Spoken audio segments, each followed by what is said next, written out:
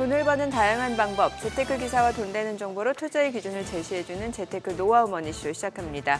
간밤 뉴욕 증시 사흘 만에 반등에 성공하면서 3대 지수 모두 1%대 상승 마감했죠. 네, 그렇습니다.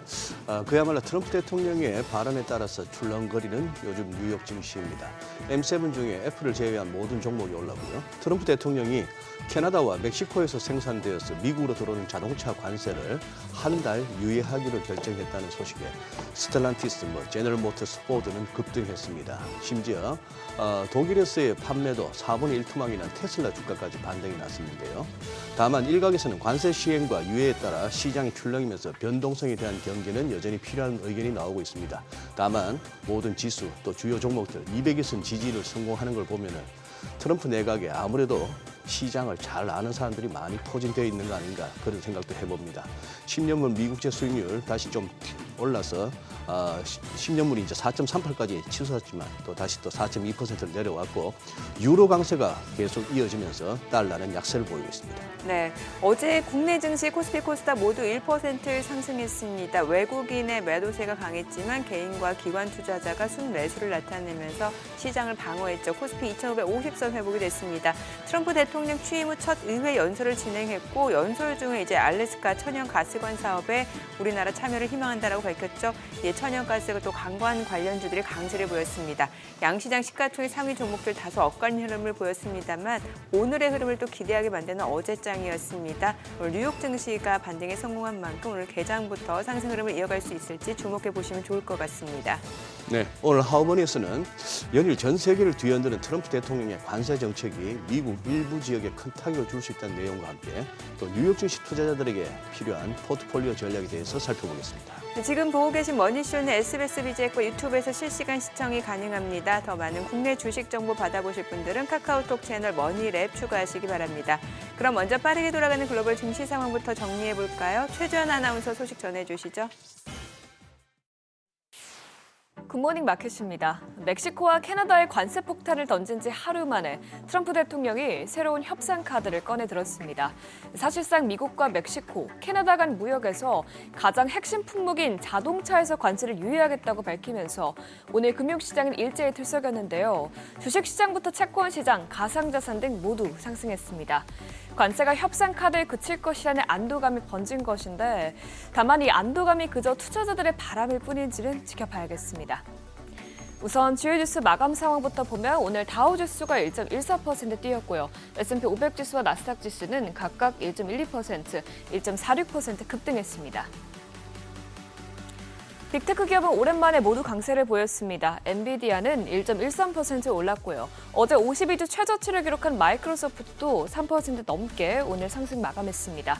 또 애플을 제외하고 나머지 기업들은 모두 상승으로 마감했습니다. 시총 6위부터도 보면 그동안 많이 빠졌던 메타가 2.57%, 또 테슬라도 오늘 2.6% 올랐고요. 브로드컴도 오늘 2.29% 상승한 것으로 나타났습니다. 오늘 이렇게 시장이 급격하게 오른 데는 앞서 언급한 것처럼 트럼프 대통령이 캐나다와 멕시코에서 생산되는 자동차에 대해서 관세를 한 달 유예하겠다고 밝혔기 때문인데요. 트럼프의 관세 조치가 멕시코와 캐나다에서 차량을 대량 생산하는 미국 자동차 업체에 먼저 피해를 줄 것이라는 일각의 우려를 의식한 것으로 풀이됩니다. 이 같은 소식에 오늘 GM과 포드, 스텔란티스는 일단 한시름 놓으면서 주가가 급등세를 보였습니다. 이어서 간밤 나온 지표들로 보면 오늘 공개된 지표들은 엇갈린 것으로 나왔습니다. 우선 미국의 서비스업 경기는 여전히 견조한 것으로 나타났는데요. S&P 제조업 PMI는 53.5를 기록하면서 직전치와 예상치를 모두 웃돌았습니다. 또 하위 항목도 보면 신규 수주지수와 고용지수 모두 큰 폭으로 개선된 것으로 나왔는데 조사 측은 4가지 핵심 하위 지수가 석 달 연속 확장 국면을 유지한 것은 2022년 5월 이후 처음이라고 분석했습니다. 다만 최근 대부분의 지표에서 가격지수가 크게 오른 데 이어서 이번 지표에서도 가격지수가 상승했는데요. 이 비용 지급지수가 62.6으로 높아지면서 서비스업 기업들의 비용 부담이 더욱 커진 것으로 나타났습니다. 또 지난 S&P 글로벌 서비스업 예비치 지표가 예상외로 크게 하락하면서 서비스업 둔화에 대한 우려가 불거졌었는데 오늘 나온 확정치는 다시 확장세로 돌아서면서 서비스업이 크게 둔화하고 있다는 우려는 줄여줬습니다. 물론 S&P 글로벌은 향후 정책 불확실성으로 인해서 서비스업 업황 전망이 어둡다고 언급한 만큼 앞으로의 흐름은 계속해서 지켜봐야겠습니다. 이런 가운데 고용 지표는 약세를 보였습니다. 미국의 2월 민간 기업 고용이 전월 대비 7만 7천 명 증가하면서 지난달 증가폭을 절반 이하로 밑돌았고요. 전망치도 크게 하회했습니다. 트럼프의 정책적 불확실성이 민간 고용 감소의 주 원인으로 꼽히는데 ADP 최근 고용주들이 향후 경제 상황을 평가하면서 고용을 주저하고 있는 것으로 보인다고 설명했습니다. 이 ADP 민간 고용 보고서가 노동부의 비농업 고용 보고서를 대변해주는 것은 아니기 때문에 금요일에 나올 비농업 고용 보고서에 조금 더 주목해 봐야겠습니다. 그러면 실제 지난달의 전반적인 미국 경제 동향이 어땠는지 보면 관세로 인한 영향이 조금씩 나타나고 있는 것으로 보이는데요. 우선 대부분 지역에서 가격이 보통 속도로 늘었다고 밝혔습니다. 이에 대해서 기업들은 잠재적인 관세가 가격 인상으로 이어질 것으로 보인다면서 일부 회사에서는 선제적으로 가격을 인상한 것으로 나타났습니다. 또 경제 활동은 소폭 오른 것으로 나타났지만 미국 전역에서 기업들이 관세로 인한 불확실성이 커지고 있다고 보고 있습니다. 이 데이터는 연준이 금리 결정을 할 때 핵심 데이터로 사용되기 때문에 주목해 봐야겠습니다. 국채 수익률은 오늘 모두 상승했습니다. 어제 관세 부과 이후 안전자산의 매수세가 몰리면서 국채 금리가 크게 내렸었는데 이 하락분을 모두 되돌렸습니다. 간밤 10년물 국채 수익률은 0.06%포인트, 2년물 국채 수익률은 0.05%포인트 상승했습니다. 또 이렇게 전반적인 위험자산 선호 심리가 살아나면서 비트코인도 다시 9만 달러 선까지 올랐습니다. 오전 7시에 업비트에서는 1억 3,400만 원대에서 거래됐습니다.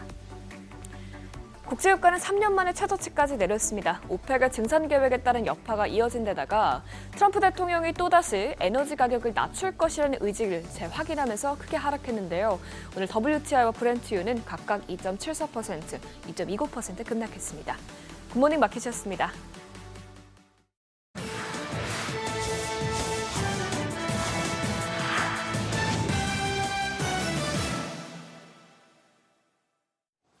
감사의 트럼프 대통령이 캐나다와 멕시코에서 수입하는 자동차에는 한 달간 관세를 부과하지 않기로 결정했습니다. 조였다 풀었다 관세 밀당이 이어지고 있는데요. 이 시장도 울고 웃고를 반복하고 있습니다. 백악관은 이번 유예 조치에 대해서 자국 산업을 보호하기 위한 것이라고 강조했는데요. 앞서 제너럴 모터스와 포드, 스텔란티스 등 미국 자동차 빅3 대표와 통화를 한 트럼프가 미국 자동차 업계가 국내 자동차 가격 급등을 우려한 점 등을 고려해 이 같은 결정을 내렸다는 겁니다. 이 소식에 제너럴 모터스와 스텔란티스 등 관련 주가는 급등했고요. 앞서 무역협정 혜택을 노리고 멕시코로 진출한 우리나라 자동차 부품업체도 대응책 마련을 위한 시간을 벌 수 있게 됐습니다.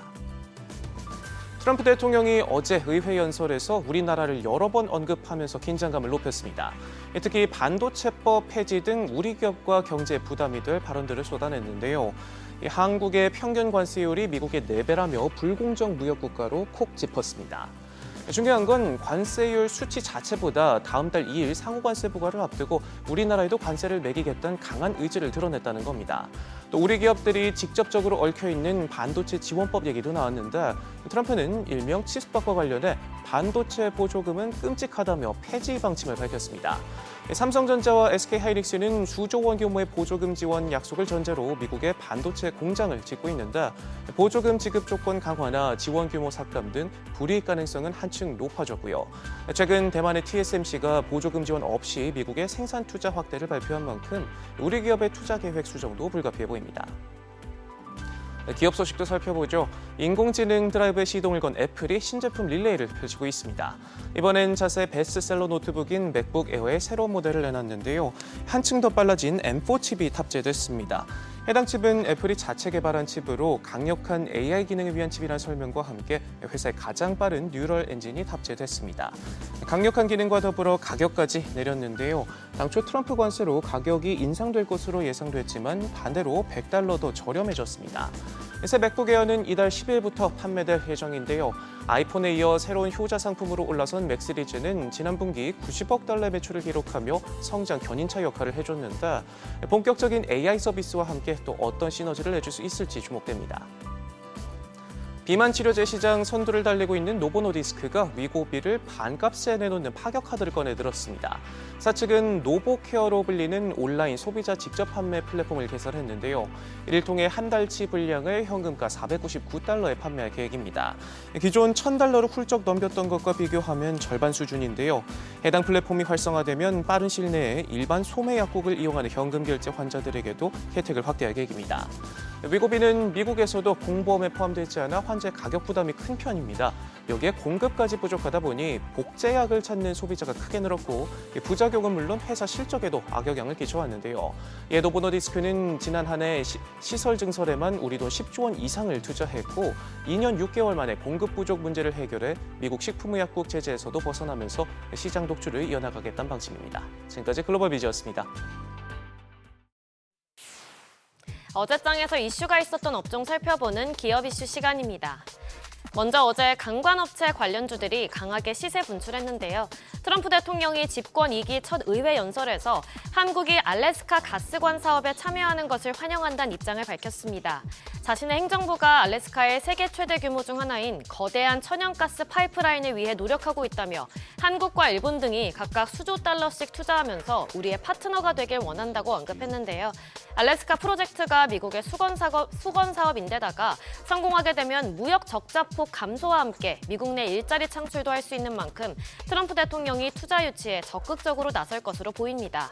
우리나라 입장에서도 향후 미국의 통상 압박 완화를 위해선 알래스카 개발에 참여할 필요가 있다는 분석이 나오고 있습니다. 마감 상황 보면 동양철관 30% 시세 분출했고요. 하이스틸 상한가 기록했고 휴스틸 15.89%, 넥스틸 12.8%, 이램도 5% 넘게 상승 마감했습니다. 양자 컴퓨터의 상용화에 한 발짝 더 다가가면서 어제 관련주가 날아올랐습니다. 먼저 중국 연구팀이 현존하는 슈퍼컴퓨터와 비교했을 때 1000조 배 더 빠른 처리 속도를 가진 양자 컴퓨터를 개발했다고 밝혔는데요.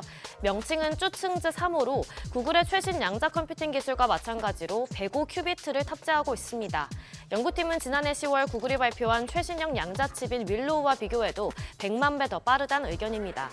또한 일본도 분자과학연구소와 히타치 등이 공동 개발한 첫 중성원자 방식의 양자 컴퓨터가 올해 가동될 예정인데요. 중국보다 작은 50큐비트 규모지만 연구소 측은 2030년까지는 10,000큐비트 규모가 될 거라고 밝혔습니다. 우리나라도 질 수 없죠. ICTK가 5일부터 양자 보안칩 양산을 시작했다고 밝혔는데요. 해당 칩은 세계 최초로 미국 국립표준기술연구소의 PQC 알고리즘 정식 표준이 풀 탑재됐습니다. 관련주 살펴보면 ICTK가 30% 올랐고요. ALT 15.41%, KCS도 9% 가까이 올랐고 엑스게이트 6.78%, 코이버도 6% 넘게 올랐습니다. 파국으로 끝났던 광물 협정의 체결 가능성이 커지면서 어제 우크라이나 재건주도 강세 보였습니다. 당신은 카드가 없다라는 트럼프 대통령의 압박에 결국 젤렌스키 대통령이 굴복한 걸까요? 트럼프 대통령은 젤렌스키 대통령이 미국과 우크라이나 간 광물 개발 협정에 서명할 준비가 돼 있다는 의사를 서한으로 전했다고 밝혔습니다. 미국의 도움 없이 러시아에 맞서 전쟁을 이어가기 힘들단 현실적인 판단 때문으로 보이는데요. 유럽 국가들이 잇따라 연대의 뜻을 밝혔지만 최대 원조국인 미국의 빈자리를 메우기엔 역부족이죠. 광물협정의 체결로 향후 종전 협상에도 더욱 속도가 붙을 것으로 보이면서 어제 우크라이나 재건주가 주목받았습니다.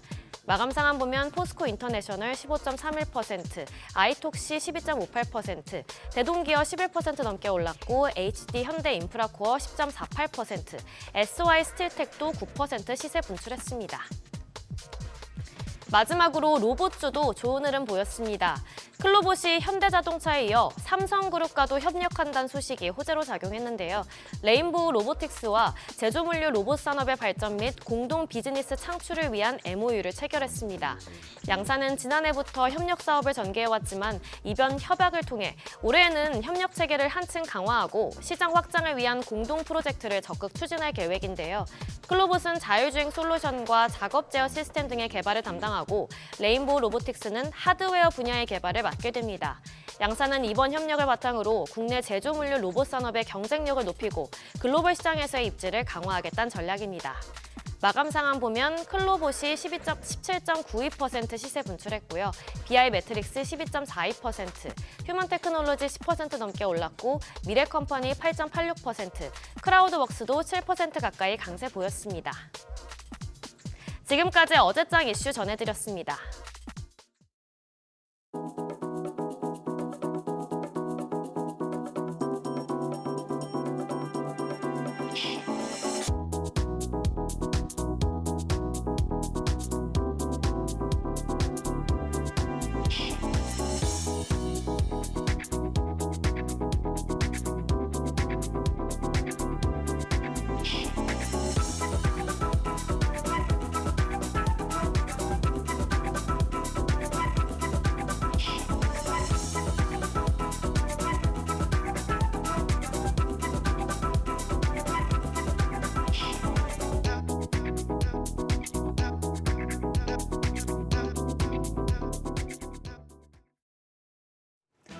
국내 증시는 나흘 만에 반등에 성공했습니다. 미국의 관세 전쟁 우려가 완화됐고 장중 나온 트럼프 미국 대통령의 첫 의회 연설 내용을 소화하면서 지수는 상승했습니다. 캥거루 마켓이라고 표현 들어보셨나요? 지금처럼 급등과 급락이 번갈아 나오며 일정한 방향성이 없이 혼란스러운 상황을 표현하는 용어입니다. 지수 차트가 불마켓 강세장과 베어마켓 약세장과는 확연히 다른 모습을 보이죠. 트레이딩에 유리할 수는 있지만 자칫 흐름을 높이면 리스크가 높기 때문에 신중하게 대응하셔야 하는 구간입니다. 간밤 나온 트럼프 대통령의 캐나다, 멕시코산 자동차 관세 면제 발표가 국내 증시에 우호적으로 작용하겠지만 일단 시장 흐름을 살펴보셔야겠는데요. 그럼 어제장 복귀하면서 오늘장 체크포인트 확인하겠습니다. 코스피와 코스닥 모두 1.2% 내외의 강세를 기록했습니다.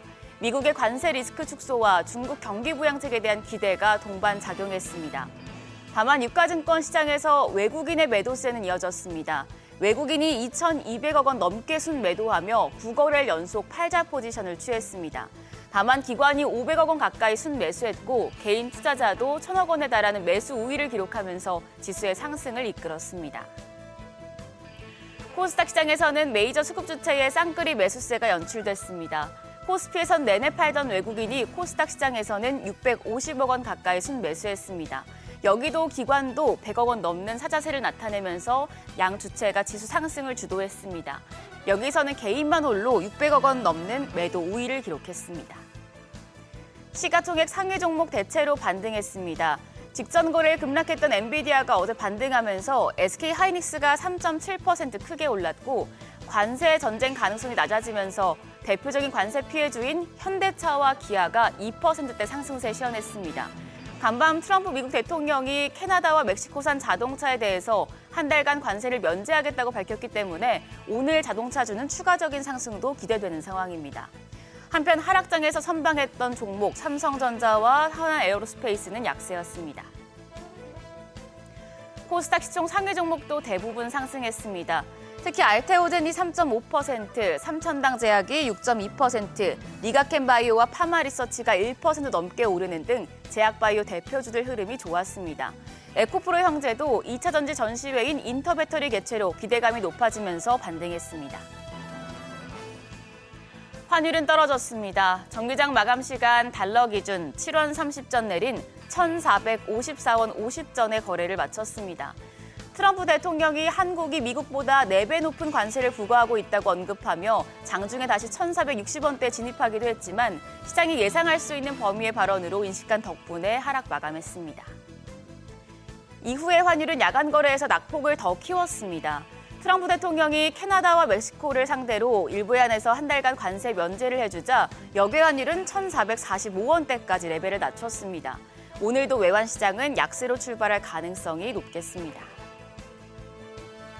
국내 증시가 출렁이는 가운데 유일하게 중심을 잡고 있는 주체가 있습니다. 바로 국민연금을 포함한 연기금입니다. 연기금이 어제까지 42거래일 연속 코스피 순매수 행진을 이어가며 14년 만에 최장 순매수 기록을 세웠습니다. 국민연금의 올해 말 국내 주식 목표 비율이 14.9%로 작년 말 비율인 11.5%를 고려하면 아직 추가적인 매수 여력이 충분하다는 분석이 나옵니다. 시장의 구원투수 역할을 계속할 수 있다는 건데 그런 연기금이 사모은 종목들 확인할 필요가 있겠습니다. 지금까지 연기금이 순매수한 종목은 대체로 시가총액이 큰 대형주가 많았습니다. 삼성전자와 SK하이닉스, LG에너지솔루션, 삼성바이오로직스 등을 강하게 사모았습니다. 그리고 SK이노베이션이나 두산에너빌리티, 아모레퍼시픽, HD한국조선해양 등 중국의 한한영해자나 미국의 조선업 수혜 등의 재료가 있는 종목들도 순매수했는데요. 연기금의 포트폴리오도 체크해 두시죠. 그럼 오늘 일정 보겠습니다. 오늘 밤에 ECB 기준금리 결정되고 미국의 주간 실업수당 청구 건수가 발표됩니다. 이에 앞서서 오늘 2차 전지 공정용 소재 기업인 대진첨단소재가 코스닥 시장에 상장합니다. IPO 단계에서부터 흥행에 성공하며 시장에 관심을 받았는데 새내기주 주가 추이도 확인하시죠. 한편 전 거래일 시간외 거래에서는 알래스카 프로젝트와 관련된 종목들이 강했습니다. 트럼프 대통령이 알래스카 액화 천연가스 파이프라인 사업에 한국과 일본이 참여 의향이 있다고 언급한 데 따른 것입니다. 우리 정부가 공식적으로 참여 의사를 밝힌 적은 없지만 기대감에 철강주 등이 상승했는데요. 오늘 장에서도 이런 흐름 이어갈지 지켜보시죠. 그럼 이어서 넥스트레이드 프리마켓 상황 확인하겠습니다. 넥스트레이드 프리마켓 거래가는 전 거래일 넥스트레이드 종가가 아니라 한국거래소의 마감가를 기준으로 한다는 점 말씀드립니다. 코스피 5종목, 코스닥 5종목입니다. 먼저 보시면 코스피입니다. S오일이 0.53% 상승하며 57,200원에 거래되고 있습니다. LG유플러스도 0.66% 강세로 거래가는 1,640원입니다. 제일기획이 어제 코스피 5종목 중에 유일하게 약세를 보였었는데요. 마감가로. 제일기획 오늘은 0.56%, 58% 상승하고 있습니다. 17,470원에 거래됩니다. 더불어서 롯데쇼핑이 0.76% 강세로 66,400원, 코오롱인더가 1.29% 상승하면서 거래가는 35,400원으로 집계되고 있습니다. 코스닥 5종목도 확인하시죠. YG엔터테인먼트입니다. 0.78% 상승 중입니다. 거래가는 64,500원입니다. SFA는 7.25% 오늘 강하게 상승부를 켰습니다. 현재 거래가 21,450원입니다. 동국제약도 2% 넘는 상승세 기록 중입니다. 거래가는 16,260원. 컴투스가 1.25% 강세로 현재 거래가 44,650원으로 집계되고 있습니다. 마지막으로 골프존까지 2% 넘는 강세 흐름 보여주면서 현재 거래가는 65,500원입니다. 여기까지 넥스트레이드 프리마켓 점검했습니다. 간밤 뉴욕 증시 반등한 터라 국내 증시 상승세에 대한 기대감도 큰데요. 어제장 상승으로 이미 선 반영된 건지 확인이 필요하겠습니다. 지금까지 어제장 오늘장이었습니다.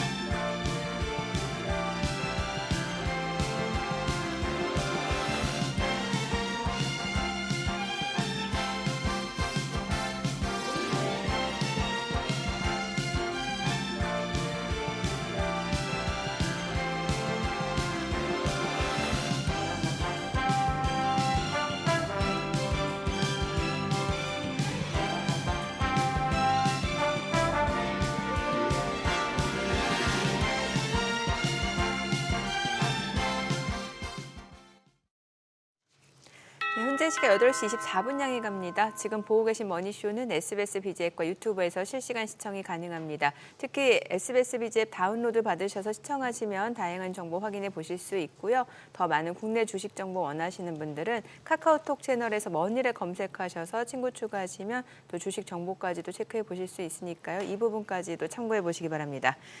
지금 시장은 트럼프의 그런 관세 정책에 관심이 모아지는 것 같습니다. 경기 지표도 아니고 연준도 아니고 다 뒷전이고 트럼프가 어떤 얘기를 하느냐 이거 같아요.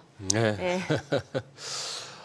그러니까요. 좀 뭐랄까 관세 가지고 이렇게 되니까 좀 뭐랄까 좀 모양새가 좀 빠진다고 하나 할까 아니면은 네. 내일 가서는 또 무슨 소리 할까 싶은. 근데 사실 어제도 그 전에 하워드 로트닉 상무장관이 미리 좀 관세가 일부 완화될 수 있다라고 언급을 하면서 뭔가 힌트를 줬었잖아요. 힌트를 예. 줬죠. 예. 저는 어제 거의 대부분을 봤는데 지금 화면에 나오는 저것도 참 어지간했습니다.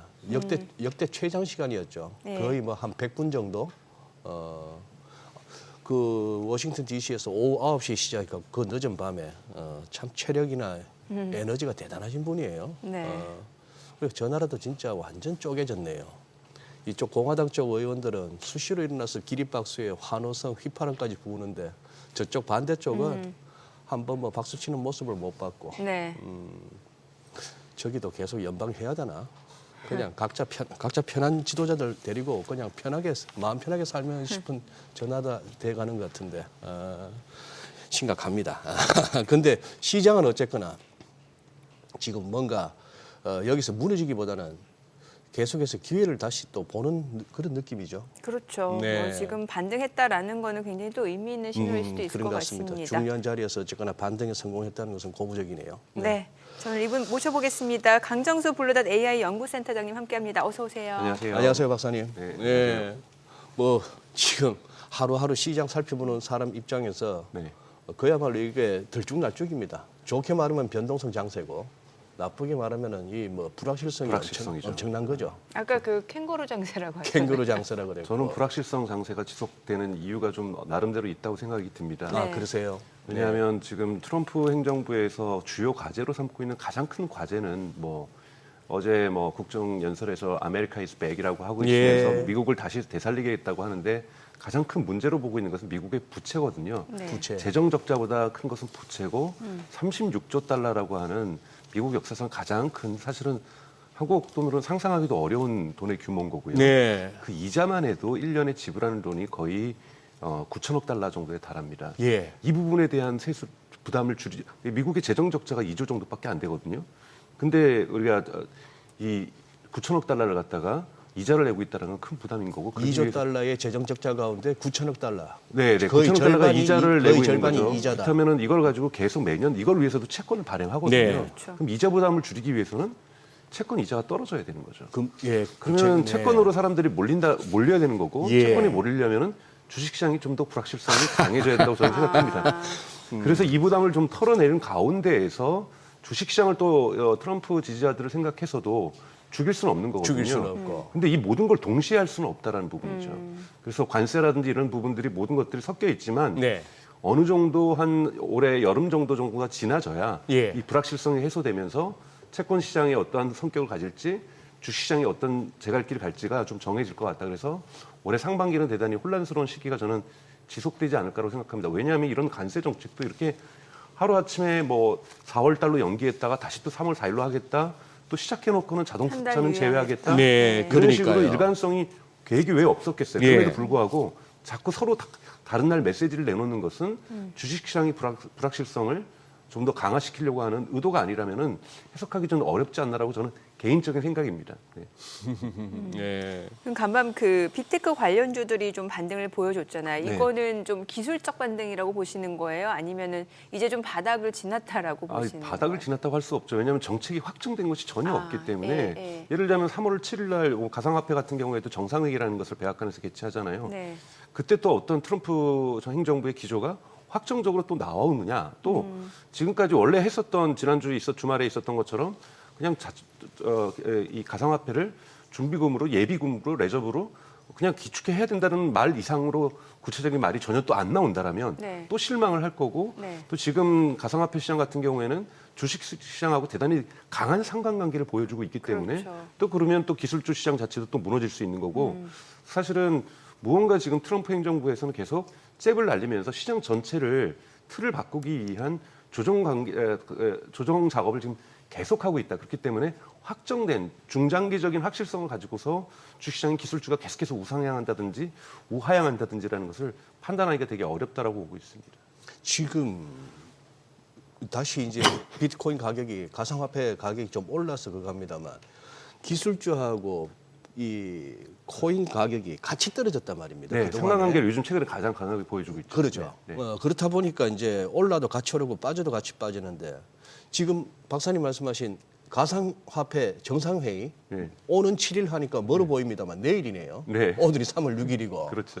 정상회의라면은 국가 정상들이 모인다는 거예요. 무슨 의미의 정상회의입니까? 사실 유럽에서도 많이 하고 미국에서도 많이 하는데요. 네. 예를 들면 자동차 정상회의 하면은 자동차가 뭔가 심각한 위기나 네. 좀 발전의 모멘텀을 갖기 위해서 자동차 회사 대표라든지 자동차 연합회 대표라든지 예. 정부에서 자동차 정책을 담당하는 사람들이 이렇게 모여서 예. 큰 틀에 있어서의 자동차 산업의 방향을 결정할 네. 때 자동차 정상회의라고 보통 그렇게 얘기를 정상회의. 하는 것처럼 가상에서 가상화폐의 규제 당국도 모이고 규제 당국. 그리고 뉴욕 증권거래소 대표도 이제 오는 거고 그리고 가상화폐 거래소 대표들도 좀 오는 거고 해서 다양한 이슈들 요즘에 또 비트코인이 가격이 또 내려갔던 이유가 또 가상화폐 자체가 또 해커들에게 이 공격을 당하면서 이런 그러니까요. 일도 있었으니까 이런 부분에 대한 보안 문제도 같이 논의하고 그리고 미국이 기축자산으로서 가상화폐를 했을 때 어떤 앞으로 이것이 경기에 미칠 수 있는 영향에 대해서 누군가 또 발언을 하고 이렇게 되면서 앞으로 트럼프 행정부에 있어서 가상화폐에 대한 정책의 기본적인 방향성이 결정되는 회의라고 볼 수가 있습니다. 네. 그래서 여기에서 어떤 부분이 결정되느냐,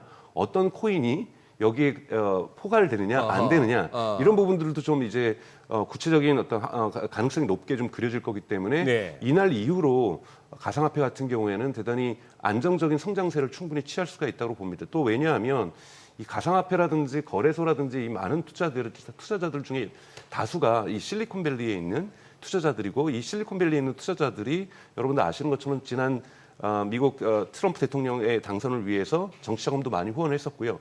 트럼프뿐만이 아니라 대통령뿐만 아니라 미국에서 중간 선거가 있었기 때문에 상원 하원에 공화당뿐만이 아니라 민주당 의원들까지도 막대한 정치자금을 내면서 이 가상화폐 우호적인 세력들을 갖다가 구성을 했기 때문에 이러한 결과들이 7일 내일 미국 시간으로 내일이죠. 미국 시간으로 있을 7일 가상화의 정상회의에서 그 결과가 좀 나올 거라고 보고 있고 저는 우호적으로 결정 날 거라고 보고 있습니다. 지금 화면에도 나오는데 이제 트럼프 같은 경우는 가상자산을 전략자산으로 비축하겠다. 그 배경도 여러 가지들 이유가 좀 나오고 있는 거잖아요. 그러니까 배경은 이제 여러 가지가 있죠. 우선은 예. 뭐 가장 작게는 이미 이제 마약 거래라든지 불법적 거래에서 가상화폐가 많이 사용되었고 거기에서 압수한 돈들이 있고 그러니까 그런 것도 이제 그럼 지금 당장 팔아서 국가 부채를 털 것이냐 그거보다는 이거를 갖다가 기축자산으로 저장해 놓자 이런 얘기들도 있는 거고요. 또 하나는 미국이 이제 이 달러 화폐의 어떠한 계속해서 지속적인 어떤 강세를 가져나가기 위해서 달러의 어떠한 이 기축통화로서의 가치를 지속하기 위해서도 이거를 보완해 주는 것이 과거에는 근본이제였다라면 금과 연결시켰는데 이것이 끊긴 상태잖아요.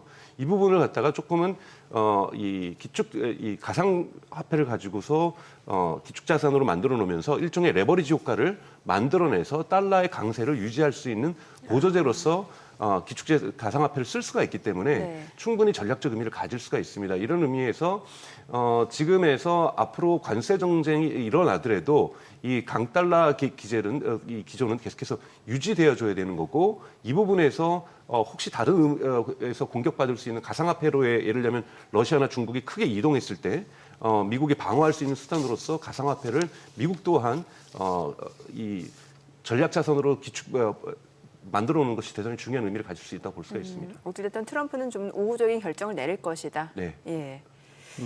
그런데 박사님, 아까 말씀하신 것 중에 저는 꼭 한번 짚어보고 싶었던 게 저 가상화폐 옹호론자들이 했던 얘기가 이거는 탈중앙화뿐만 아니라 절대 이 블록체인 안에서 해킹당하지 않는다 했는데 자꾸 저 사고가 나요. 네, 블록체인 해킹이 당하는 것이 아니라요. 우리가 거래소에서 그렇죠. 거래소에서 나와서 거래소에서 저는 예를 들면 우리 개인들이 거래소를 이용할 때는 네. 블록체인이 아니라 일반적인 인터넷망을 통해서 거래소에서 돈을 주고받는데 네. 여기서 털리는 거죠. 거기서 털려요? 네. 그러다 보니까 코인이 털리는 게 아니고. 네, 그렇죠. 코인 자체가 뭐 털리는 경우도 가끔씩은 있지만 극단적인 경우고요. 그거는요. 블록체인 자체는요. 블록체인과 우리가 일반적인 웹과 앱에서 이것을 거래하고 있을 때 여기서 흔히 말해서 해커들이 들어와서 가져가는 것이 일어나는 거고 그러다 보니까 이들 자체의 보안성들을 강화시켜 줘야 되는데 나름 강화시키고 있지만 워낙 여기에서 자산 규모가 크다고 보니까 이번에도 이제 북한 소행이라고 또 주장이 나오고 있는 거잖아요. 예. 이거를 전문적으로 해킹하기 위해서 훈련받는 집단들이 존재하고 있는 거죠.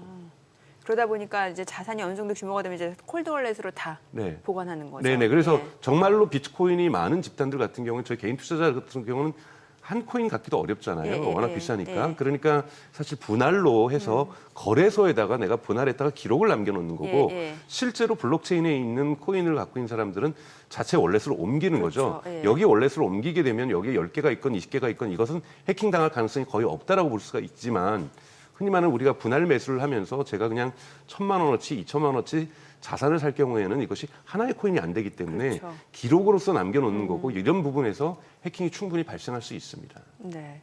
또 간밤에 보니까 양자 컴퓨터 이슈도 있어요. 뭐 네. 저희 이제 설 연휴 때 중국에서 딥시크 나온 이후로 이번에 또 중국에서 양자 컴퓨터를 개발했다 이런 얘기가 있는데 이건 구체적으로 어떤 내용이에요? 그러니까 중국에서 예. 뭐 발음이 어떨지 모르겠지만 주충주 3이라고 하는 예. 초전도체, 그러니까 즉 우리가 아이온큐 같은 경우는 이온 트랩 방식으로 네. 이런 에러를 줄이는 거라고 볼 수가 있고 구글이라든지 지금 아마존이라든지 마이크로소프트 이런 또는 IBM이 전통적으로 했던 것이 초전도 방식으로 해서 이 큐비트의 에러를 줄이는 방식인데 주중추 3호도 마찬가지입니다만 윌로우 우리 구글에서 여러분 12월 달에 크게 이슈가 됐던 네네. 칩과 똑같이 105개의 큐비트를 작동시킬 수 있는 양자 컴퓨터를 선보였고 이것이 전통적인 슈퍼컴퓨터의 천조라고 하는데요. 네. 슈퍼컴퓨터를 이렇게 뭐 비교하는 것 자체는 저는 뭐 이제는 큰 의미가 없다고 보고 네네. 있어요. 양자 컴퓨터 자체가 워낙 슈퍼컴퓨터보다 비교할 수 없을 정도로 빠른 거니까요. 그렇죠. 죄송합니다. 근데 이제 이거는 이제 딥시크처럼 이렇게 충격이라고 볼 수가 없는 것은 네. 2024년 작년 12월 기준으로 해서 이미 중국은 양자 컴퓨터 관련된 특허가 전 세계 1위 국가예요. 아 그래요? 네, 그래서 이미 양자 컴퓨터 부분에서는 미국과 중국이 대단히 큰 치열한 경쟁을 하고 있기 때문에 중국의 이것이 완전히 서프라이즈라고 얘기할 수는 없는 거고 지금 미국에서 여러분도 아시는 것처럼 작년 말에 구글이 윌로우 칩을 내고 올해 네. 1월에 또 마이크로소프트가 마요라나라는 것들을 예. 만들어내고 또 아마존에서도 또 양자칩과 관련돼서 어떤 기술을 발표하면서 미국이 주도하는 양상에서 이제 중국도 자기 차례라고 생각하면서 우리도 이제 준비됐다라고 하는 슈즈추 3호를 발표했다고 볼 수 있습니다. 여하튼 핵심은 미국과 지금 중국 주도로 양자 컴퓨터 발전들이 지금 이루어지고 있다고 볼 수가 있습니다. 지금 화면에 보니까 네. 양자 컴퓨터 특허 순위에서 지금 1위가 중국인데 네, 맞습니다. 옆에 394라는 거는 특허수죠. 특허의 개수가 특허 394개라는 건수. 거고요. 와. 그다음에 미국도 379개가 있는 거고요. 그다음에 예. 근데 밑에 중국이 이제 바이두 이건 기업별로니까 기업별로. 오리진 퀀텀이고 그러니까 합치면은 사실은 미국에 또 몇 개 합치면은 상당히 작지 않을 수 있지만 대단히 지금 그러네요. 작년 12월 기준으로는 중국 전체가 1위를 차지하고 있습니다. 아니 근데 박사님 이쪽 양자 컴퓨터 쪽으로 이렇게 오다 보니까 거의 무슨 뭡니까 우주 천문학이나 지질학 같은 그런 천문학적 숫자가 자꾸 나오는데 네. 아니 세계에서 가장 빠른 슈퍼컴퓨터보다 중국에서 만든 이게 1000배 더 빠르다. 네. 1000배 빠르다 해도 깜짝 놀라겠는데 그렇죠. 1000배 더 빠르다. 1조배도 아니고요. 1조배도 네. 아니고. 네. 이거 뭐 근거 있는 얘기입니까 이거? 근거가 과학적으로 이거 전혀 검증됩니까? 큐비트의 성격으로는 충분히 근거가 있습니다. 그러나 그래요? 이 슈퍼컴퓨터가 예. 예를 들자면 농구 선수면 큐비트나 양자 컴퓨터는 야구 선수라고 할 수 있어요. 야구 선수가 잘하는 거를 농구 선수가 잘할 수가 없고 네. 농구 선수가 잘하는 걸 또 야구 선수가 잘할 수가 없는 건데요. 즉 슈퍼컴퓨터가 잘 못하는 부분이 있어요. 네. 여러 개를 동시에 계산하는 건 잘 못하는데 양자 컴퓨터는 여러 개를 왜냐하면 이 큐비트라는 것이 여러분도 아시는 것처럼 이제는 상식적으로 아시는 것처럼 중첩이라는 현상을 갖고 있어서 예. 0과 1이 동시에 될 수 있어서 네. 제일 잘하는 게 뭐냐면 동시에 많은 걸 계산하는 겁니다. 그러니까 원래 동시에 많이 계산하는 게 GPU잖아요. 예. 그러니까 수학 계산을 제가 혼자 계산하는 것보다는 팀을 이뤄서 계산하면 잘하는 것이 네. 우리가 GPU라고 한다면 양자는요. 저 혼자서 팀이 될 수 있는 거예요. 그러다 보니까 저 같은 사람이 여러 명 있다 보면은 네. 여러 팀이 만들어지는 그렇죠. 거니까 GPU가 동시에 여러 개가 있다 보니까 예. 훨씬 잘하는 복잡성 있는 동시에 무언가를 계산해야 되는 것은 대단히 빠릅니다. 이건 슈퍼컴퓨터가 쫓아올 수가 없는 거죠. 네네네. 그러나 동시에 꼭 계산하지 않아도 되는 여러 가지 계산들이 있거든요. 인류 네, 많은 예. 계산들. 이런 거는 굳이 양자 컴퓨터를 쓸 이유가 없는 거죠. 그래서 슈퍼컴퓨터보다 1000조 빠르다라는 것은 슈퍼컴퓨터가 제일 못하는 부분을 네. 양자 컴퓨터가 하게 되면 슈퍼컴퓨터보다는 천조가 빠르다. 이렇게 얘기하기 때문에 저 자체가 너무 여러분들 말도 못하는 우리가 공상과학 속에서 나오는 거다 이렇게까지 생각할 필요성은 없습니다. 네. 그러면 뭐 양자 컴퓨팅은 여기서 마무리했으면 좋겠는데 뭐 미국 잘 나가고 중국은 뭐 특허수에서도 보니까 미국을 앞서기도 하고 네. 우리나라 얘기입니다. 우리나라 양자 컴퓨팅의 수준하고 투자 관점에서 우리 국내 기업들 중에 양자 컴퓨팅 앞으로 뭐 창창한 것 같은데 주목할 만한 뭐 그런 어떤 기업이 있을까요? 그 한국의 수준을 네. 얘기하라고 하면 제가 뭐 한국의 과학자는 아니기 때문에 네. 정확하게 한국이 무조건 뒤처지고 있다 또는 잘하고 있다고 얘기할 수는 없지만 네. 국가적으로 이제 전체적으로 지금 그림에 보시는 것처럼 뭐 비교하는 수치에 따르면 사실은 미국과 중국을 100점 만점으로 한다라면 한국은 거의 10점 미만으로 있기 때문에 기본적인 과학 기술에 있어서 한국 내에 있는 양자 컴퓨터 기술을 갖다가 국제 수준과 비교하기는 좀 어렵다. 네. 그러다 보니까 한국의 SKT라든지 한국의 이제 이런 기업들 같은 경우에는 양자 컴퓨터가 오면은 가장 중요한 것은 보안이 뚫린다, 암호가 풀린다. 이렇기 때문에 여기에 내성이 있는 양자 컴퓨터가 와도 우리 여러분들의 정보가 안전할 수 있는 이러한 보안 기술 쪽으로 우리는 좀 투자하겠다라고 얘기를 하는데요.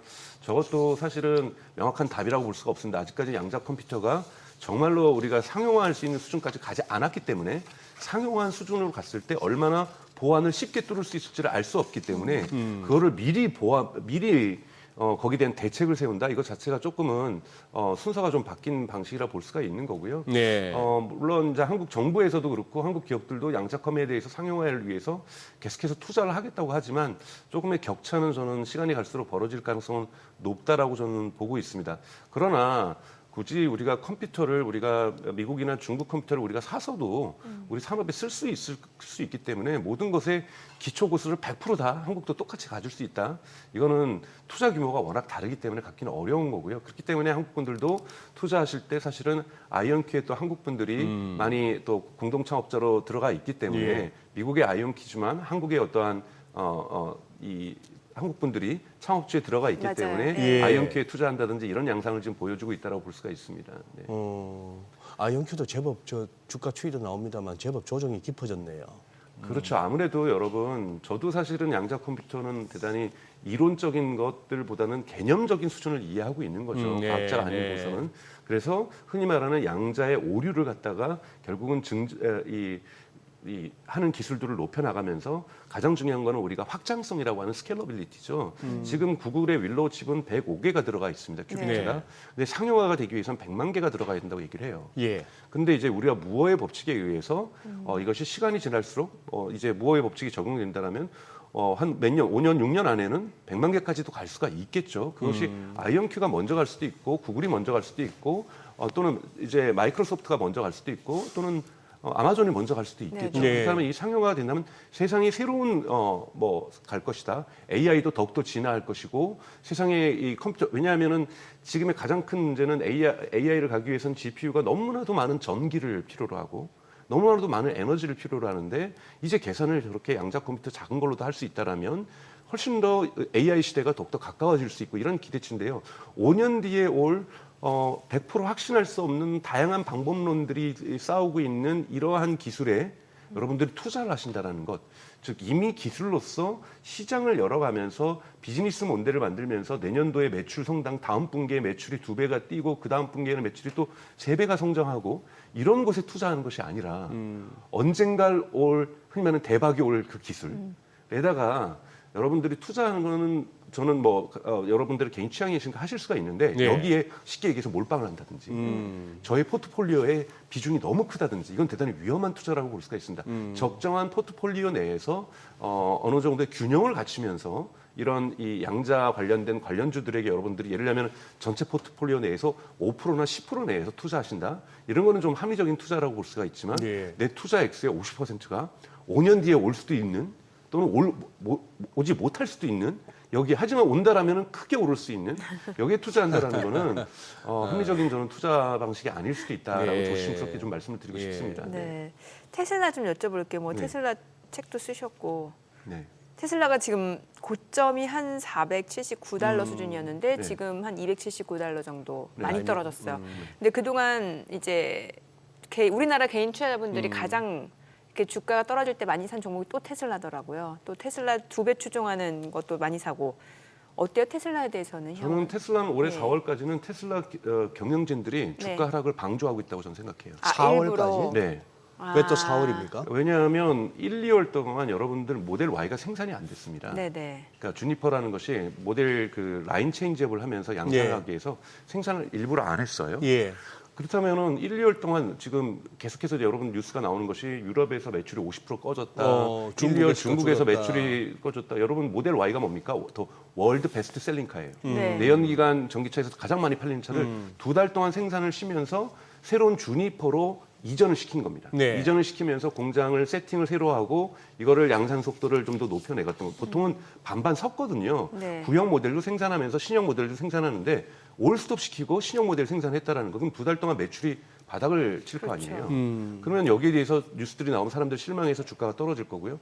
3월 달에 양산이 되더라도 우리가 1분기 실적을 토탈을 1, 2, 3월을 낸다라면 1분기 실적은 테슬라의 최근 역사에서 재앙 수준으로 떨어질 수밖에 없습니다. 최악이 나올 수가 있다. 최악이 나올 수 있죠. 근데 그걸 언제 발표합니까? 4월 달에 4월 가서 발표하죠. 발표한다. 그러면 4월 달까지는 실망스러운 뉴스가 나올 수밖에 없다라는 거죠. 네. 그리고 이거를 바꿀 수 있는 전환할 수 있는 새로운 소식은 6월 달에 있을 예상되고 있는 이것도 연기될 수 있습니다만 비감독 자율주행 외에는 전혀 끌어올릴 수 있는 모멘텀들이 없다라는 거죠. 네. 그런데 계속 나쁜 소식만 나온다라면 예. 불안한 심리에 계속해서 매도 물량이 나올 수밖에 없는 이런 부분들이 1, 2, 3월에 간다. 그래서 이제 모델 Y가 안정적으로 생산되면서 3월 달부터는 이제 판매가 되고 있으니까요. 네. 이제 4월 달엔 더 많이 판매될 거고 5월 달에 더 많이 판매될 거다. 그러니까 즉 4, 5, 6월 정도 되면은 좋은 소식들이 나올 거고 또 흔히 말하는 모델 Q라고 하는 일명 모델 Y나 모델 3보다 더 저렴한 저가 버전이 이제 5, 6월 달에 이제 선보일 거로 보이고 있고 양산도 한 6월부터는 될 거라고 보고 있거든요. 예. 이때부터는 매출이 크게 늘어나고 자율주행도 풀리면서 저는 하반기 들어서야 테슬라에게는 좋은 소식이 있을 것이다. 예. 그렇다고 해서 이것이 주가가 반드시 오른다는 일은 아니다. 왜냐하면 미국 경제가 계속해서 하반기에도 풀리지 않는다라면 뭐 계속해서 스태그플레이션을 뭐 실제로 그 위험 속에 들어간다라면 아무리 테슬라가 힘 있는 성장력들을 보인다고 해도 거시경제의 힘에 눌려서 보합세를 유지할 수도 있는 거고요. 그렇기 때문에 하지만 좋은 소식은 5월, 6월부터 나타날 거다라고 말씀을 드릴 수 있습니다. 좋은 네. 소식은. 네. 아니 최근에 보니까 뭐 독일이라든지 유럽 쪽에서 그 일론 머스크에 좀 반감을 가져서라는 분석 나오면서 판매량이 급감했다고 하잖아요, 테슬라 차량. 근데 그것이 일반적인 네. 비교가 될 수가 없는 것이 네. 모델 Y가 정상적으로 생산되는데 네. 만약에 50%로 판매율이 떨어졌다라면 이거를 다 일론 머스크에 대한 반감으로 해석을 할 수가 있어요. 그렇죠. 근데 모델 Y를 전혀 안 팔고 있는데 예, 예. 이것만으로도 50%가 떨어진 건데 예. 반감이 있다라는 것도 물론 합리적인 추론이에요. 네. 근데 그것만으로 하기에는 비교 대상이 없어버린다는 거예요. 그래서 이런 뉴스는 깊이 있게 분석한 뉴스라고 볼 수가 없습니다. 네. 그럼 어찌됐든 지나고 보면은 한 1분기 정도가 또 주가의 바닥을 실 다지는 가능성이 과정일 높다. 수도 저는 그래서 있겠네요. 지금보다 주가는 더욱더 하락할 가능성이 높다고 보고 있습니다. 네. 주가는 더 하락할 가능성이 있다. 네. 지금 뭐 사실 이렇게 모든 종목들 계속 매일매일 체크하다 보면 재밌는 거는 테슬라뿐만이 아니고 네. 뭐 브로드컴 뭐 네. 등등 할 것 없이 소위 말하는 뭐 빅테크, 네. M7이 됐건 배트맨이 됐건 거기에 몇 개를 더하다 하더라도 재밌는 거는요. 이게 트럼프 대통령 당선 확정된 11월 6일부터 이게 전부 지수도 그렇고 훌쩍 개법으로 출발해서 쭉 가다가 이게 얼추 한 12월 한 18일, 19일, 20일 그 무렵에 다들 꼭지 찍고 다 흘러내려가지고 네. 그냥 트럼프 대통령 당선 이전 수준까지 와버린 거예요. 네. 그래서 이거를 트럼프 랠리로 올라갔다가 트럼프 크러쉬로 내려갔다고 그러니까 네. 지금 여기서 그러니 원위치한 상태에서 그러면은 지금 저렇게 정책 불확실성은 여전한 가운데에 네. 약간 지표들도 조금 흔들리는 중에 이게 내려가느냐 네. 아니면 이 정도로 조정 끝내고 다시 계속 가느냐가 이제 투자자분들로서는 이제 어려운 문제죠. 네. 어. 그것을 위해서는 경제 정책의 가이드라인이 확정이 돼야 됩니다. 지금 확정. 관세 같은 경우에는 근거가 그렇잖아요. 마약이 계속해서 들어오고 있다. 그렇죠. 그래요. 예. 근데 이런 식으로 지금 관세를 주고받고 예. 하는 핑퐁 게임을 하고 있는데 예. 이 핑퐁 게임이 마무리 단계에 들어와서 자 미국은 이제 무엇으로 성장할 것이다 라는 것들이 확정돼야 됩니다. AI로 성장할 것이다. 반도체로 성장할 것이다. 이런 것들이 결정이 돼야 되죠. TSMC 같은 경우에도 네. 처음에는 이제 IBM의 그 파운더리를 인수하는 쪽으로 미국 정부가 유도했었는데 TSMC가 아니야 그거는 힘들겠다. 우리가 차라리 1,000억 달러를 더 투자하겠다. 아리조나에다 지금 1,000억 달러를 더 투자하겠다고 어제 발표했잖아요. 네. 이런 우왕좌왕들이 결정에 대해서 반도체 칩법도 그럼 보조금 안 줄 거면 다른 방식으로 어떻게 해결해 줄 건지 그래서 뭐 예를 들면 삼성전자나 SK 하이닉스에게 반도체 칩법에 보조금을 안 준다라면 그 대신 관세는 어떻게 해준다든지 글쎄. 이것이 지금 아직 다 오리무중에 있기 때문에 예. 이런 모든 정책들이 확정되는 시점이 그래도 앞으로 2, 3개월은 걸릴 거다. 아. 그리고 도조 같은 경우에 정부 효율성위원회 일론 머스크가 맡고 있는 것도 여러분 보셔야 될 것은 일론 머스크의 임기가 아니라 1년 근무 일수는 180일로 정해져 있어요. 아, 그래요? 네, 이 정식 그 위원장이 아니기 때문에 네. 특수 공무원이기 때문에 네. 360일 일하면 안 됩니다. 그래서 180일로 정해져 있거든요. 예. 그럼 상반기에 정부 효율성위원회가 할 수 있는 일들이 어느 정도 매듭을 질 거예요. 네. 물론 내년에도 또 일을 하겠지만 네. 일론 머스크는 올해 여름까지만 일하고 나서 또는 물론 중간중간에 쉬었다가 일할 수도 있겠지만 띄엄띄엄 일할 수 있겠지만 초기에 성과를 여기서 몰아칠 거라는 거죠. 그렇죠. 그러면 정부 효율성위원회의 상반기 실적들이 어느 정도 5, 6월 정도 되면 윤곽을 드러낼 것이고 그것이 과연 경제에 어떤 영향을 미칠까도 우리가 지켜본 다음에서야 저는 하반기 돼서야 미국의 주식시장이 어떤 방향으로 상승을 할지 보합세를 갈지 하락을 갈지가 최종적으로 어느 정도의 중장기적인 어떤 전망이 결정되지 않을까라고 보고 있습니다. 참 뭐 묘하네요. 지금 특수공무원이라고 네. 자막까지 나오고 네네. 박사님도 그렇게 언급하셨지만 네. 저 기억납니다. 네. 트럼프 대통령 그 네. SNS에 올린 거 머스크 뭐냐고 장관이냐고 네. 뭐냐고 그냥 당신들 부르고 싶은 대로 불러라. 그렇죠. 왜냐하면 장관이게 되면은요 상원과 하원의 인준을 인준을 거쳐야 필요로 돼요. 한다. 네, 상원의 인준을 필요로 하기 때문에 인준을 겹치게 되면 복잡해집니다. 시끄러워지겠죠. 네, 막 논쟁도 있고 과거에 뭐도 드러나게 되겠고 이렇기 때문에 그냥 바로 일해라. 특히 효율성위원회는 트럼프 임기 첫날부터 같이 일했기 때문에 예.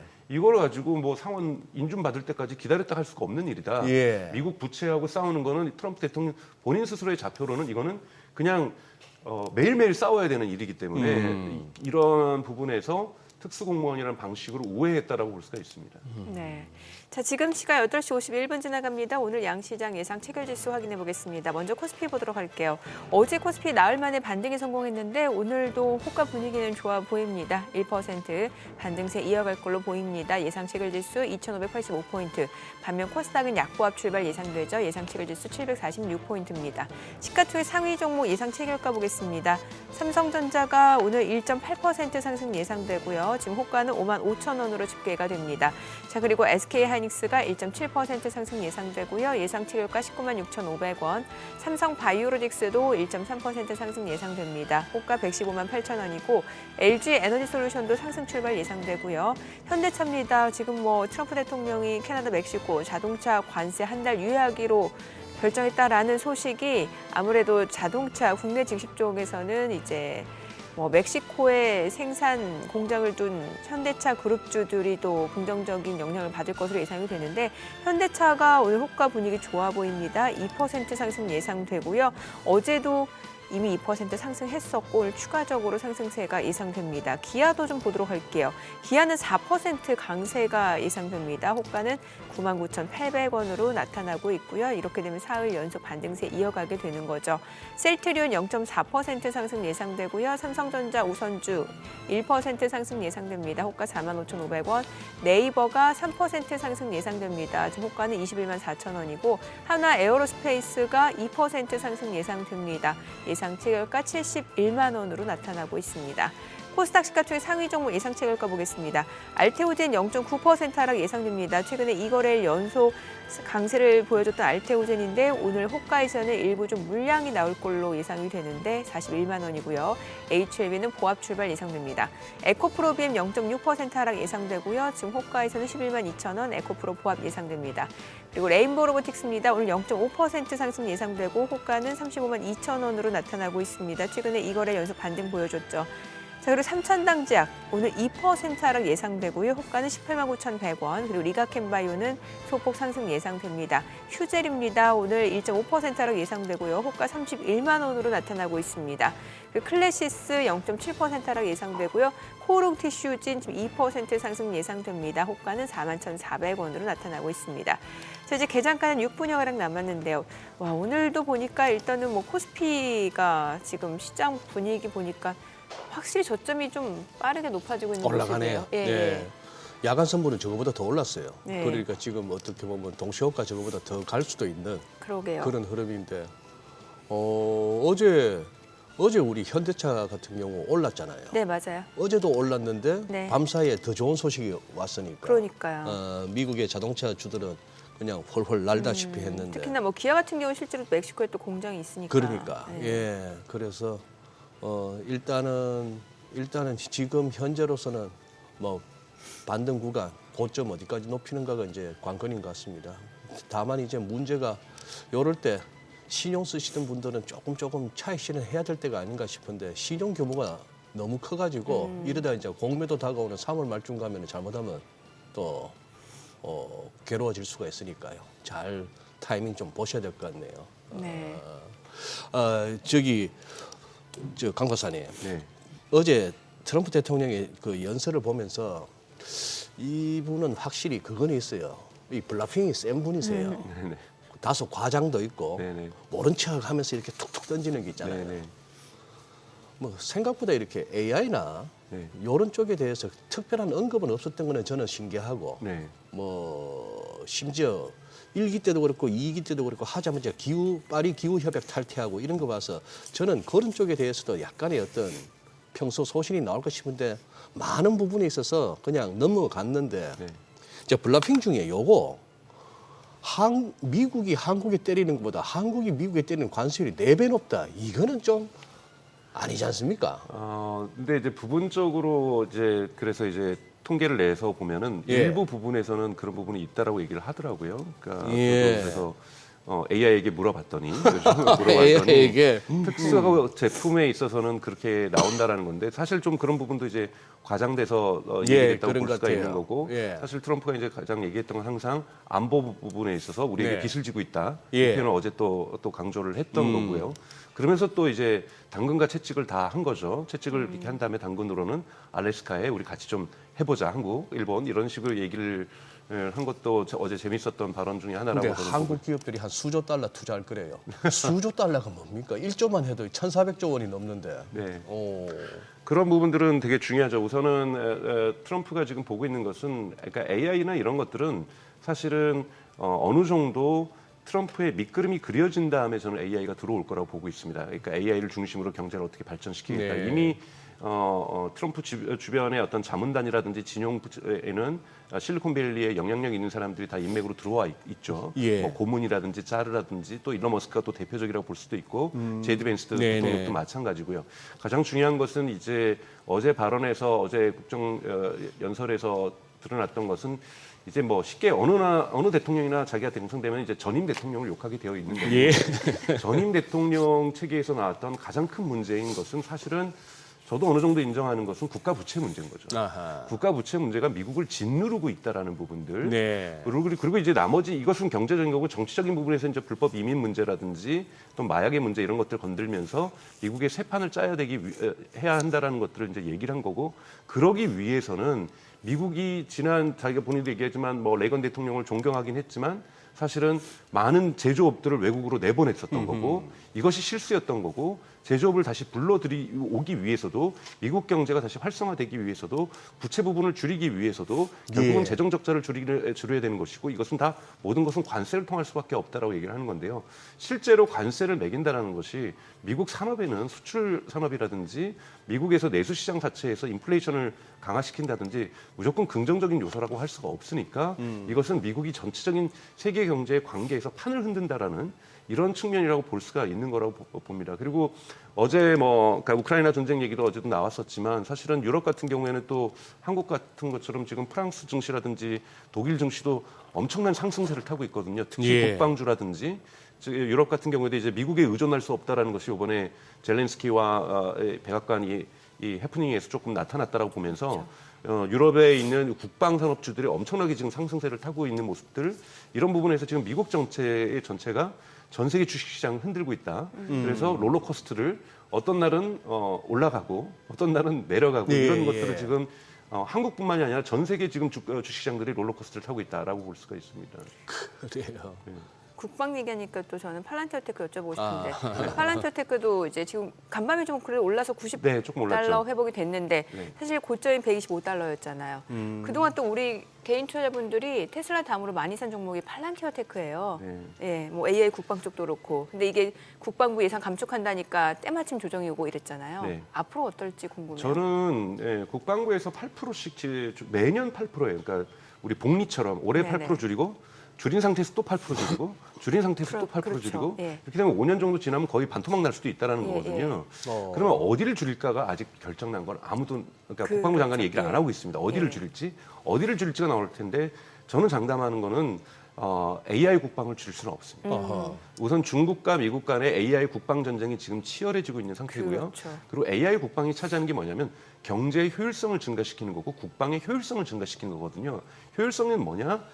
동일한 우리 국방력을 더 적은 비용으로 만들어내겠다라는 거죠. 그러면 비용 절감을 하겠다는 뜻은 뭐냐? 여러분들이 그러면 TTS 그 팔란티어 얘기는 저희 개장하고 조금 더 네, 들어보도록 하겠습니다. 자, 오늘 국내 증시 흐름 확인해 보죠. 개장합니다.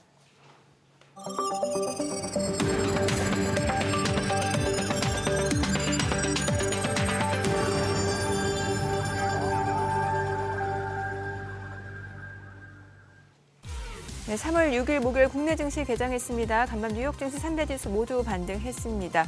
트럼프의 관세 정책 또다시 말이 바뀌었습니다. 일단 뭐 캐나다, 멕시코에 부과하겠다라고 한 자동차 관련된 관세 한 달 유예하기로 결정했고요. 그에 따라서 뉴욕 증시가 좀 환호하는 모습이었습니다. 물론 ADP 민간 고용 7개월 내에 가장 저조한 수준을 나타내면서 고용시장 둔화가 우려가 있습니다만 일단 주말에 나올 또 비농업 부분 고용 지표 좀 확인해 보겠다라는 심리도 있었던 것 같고요.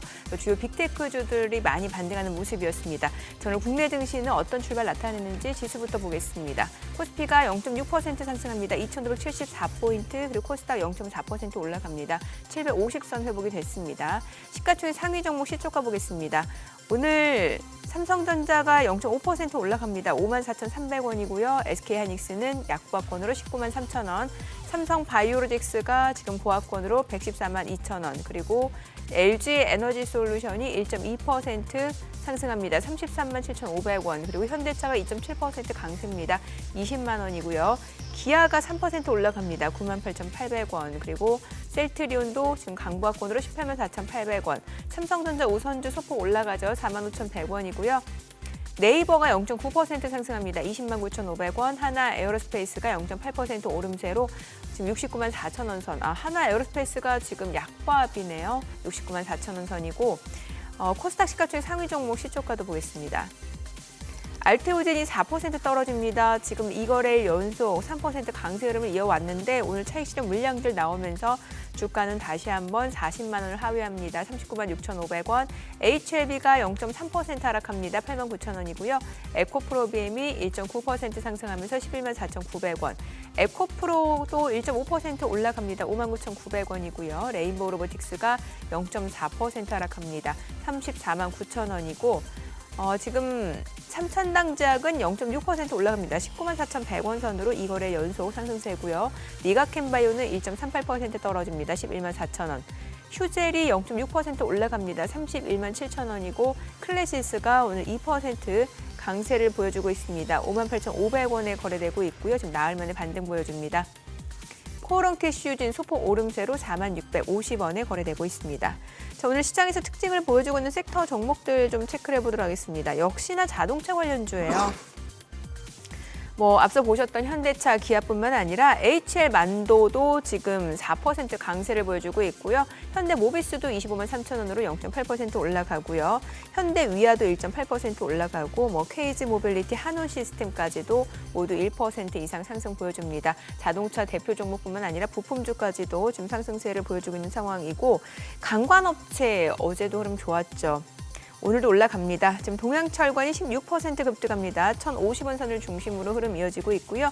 세아지강도 6% 상승합니다. 19만 2,800원. 그밖에 하이스틸, 넥스틸도 각각 4%에서 1% 오름세고 휴스틸이 2.6% 상승하면서 6,670원. 그밖에 지금 한국가스공사, 동양철관, 오늘 동양철관이 18% 급등 앞서 말씀드렸고 현대제철도 1.8% 상승 보여주고 있습니다. 자, 그리고 뭐 오늘 철강 쪽도 움직임이 괜찮네요. 아무래도 강관업체와 맞물려서 움직이는 흐름이 있다 보니까 뭐 강관업체, 스틸파이프 그리고 철강주들 다 올라갑니다. 뭐 동국제강, 포스코스틸륜 각각 1%, 2% 상승 보여주고 있고요. 포스코홀딩스가 4.8% 올라갑니다. 29만 원. 그리고 세아제강 7% 강세고 그밖에 지금 뭐 한국철강, 고려제강, 동국심 다 올라가네요. KG스틸까지 오늘 강관, 철강주들 흐름 좋습니다. 이 정도 보시면 될 것 같고 오늘 수급 상황 좀 체크해 보겠습니다. 오늘 유가증권 시장에서는 개인 투자자 순매수 보여줍니다. 지금 521억 원 매수 우이고요. 외국인과 기관은 각각 362억 원, 136억 원 매도 우입니다. 코스닥에서 개인 투자자가 553억 원 순매수고 외국인과 기관은 각각 282억 원, 211억 원 매도 우이고요. 오늘 외국인 선물에서 좀 많이 삽니다. 지금 1,466계약 지금 순매수를 보여줍니다. 환율 체크해 보겠습니다. 간밤 달러 인덱스가 104까지 내려온 상황입니다. 달러원 환율 정비장 마감 대비로 알려드릴게요. 환율 개장 상황이 지금 잠시 좀 지연이 되고 있는데 저희가 계속 좀 이야기 나눠보겠습니다.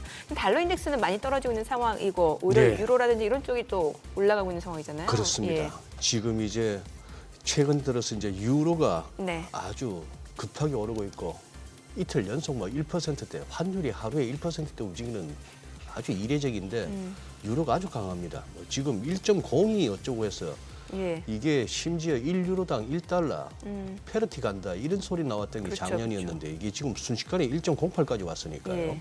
그런 상황인데 유럽에서 그걸 한다는 거죠. 독일이 앞장서 가지고 유로존의 그 좀 재정 준치 네. 이걸 갖다가 좀 완화하더라도 막 빚을 좀 더 내겠다는 겁니다. 그렇죠. 빚을 좀 더 내겠다고 하니까 그러니까 그래서 국채도 발행하고 예. 돈은 풀리는 거고 돈은 풀리니까 그래서 독일뿐만 아니라 유로존 나라들의 국채 수익률은 최근 들어서 그렇죠, 급등하고 올라가고, 예. 이게 급등하다 보니까 잘 내리고 있던 또 미국이 원하는 10년물 국채 수익률의 하락세가 유럽에 막 끌려 올라가는 면도 네네. 있고 뭐 그런 와중에 이러나 저러나 유럽은 성장하지 않겠느냐 뭐 그 논리로 유로가 강해진다고 합니다만 사후 약방문이고 진짜 주가도 환율도 귀신도 모릅니다. 그런데 이제 오르고 있으니까 달러는 약세인데 우리도 지금 또 44원까지 왔으니까 어제보다 얼마가 빠진 겁니까? 어제 종가가 54원 50전인데 지금 44원 30전이면 10원 이상 빠지네요. 예, 엄청 예. 빠지네요. 환율 떨어지고 있는데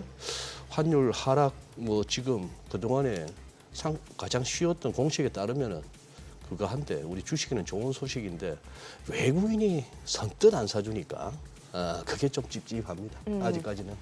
제가 앞서 팔란티어테크 얘기하고 있었잖아요. 네, 그 네. 얘기 좀 더 들어봐야 될 것 같아요. 네, 그래서 국방부가 예산을 8% 줄인다고 해도 이것이 네. 아직 최종적으로 어느 부분에서 줄일지 예를 들자면은 전통적인 무기에서 줄일지 아니면은 이 흔히 말해서 한국에 대한 부담금을 증가시켜서 자신들의 예산을 줄일지 아직 결정난 것은 전혀 없습니다. 근데 네. 분명하게 한국이라든지 이러한 데서의 그 분담금을 좀 더 증액시킴으로써 자신들의 예산을 줄이는 축도 분명히 존재할 거고요.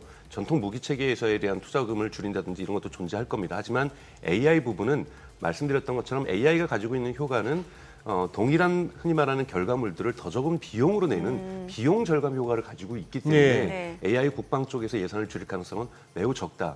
그리고 또 지금 일론 머스크도 얘기를 하고 있지만 정부 효율성 부분에서 인건비를 줄인 부분에서 여기에도 AI 정부를 하면서 팔란티어를 사용할 가능성이 있다라고 시사하고 있거든요. 그래서 지금 전 세계적으로 유럽도 그렇고 미국도 그렇고 아마 한국도 어떤 정권 교체가 만약에 정권의 어떤 변화가 이루어진다라면은 AI 정부를 내걸 가능성이 높기 때문에 팔란티어가 AI 정부에서도 의미 있게 작동이 될 수가 있기 때문에 저는 팔란티어의 어떤 매출 구조가 네. 위협받을 가능성은 매우 낮다라고 보고 있습니다.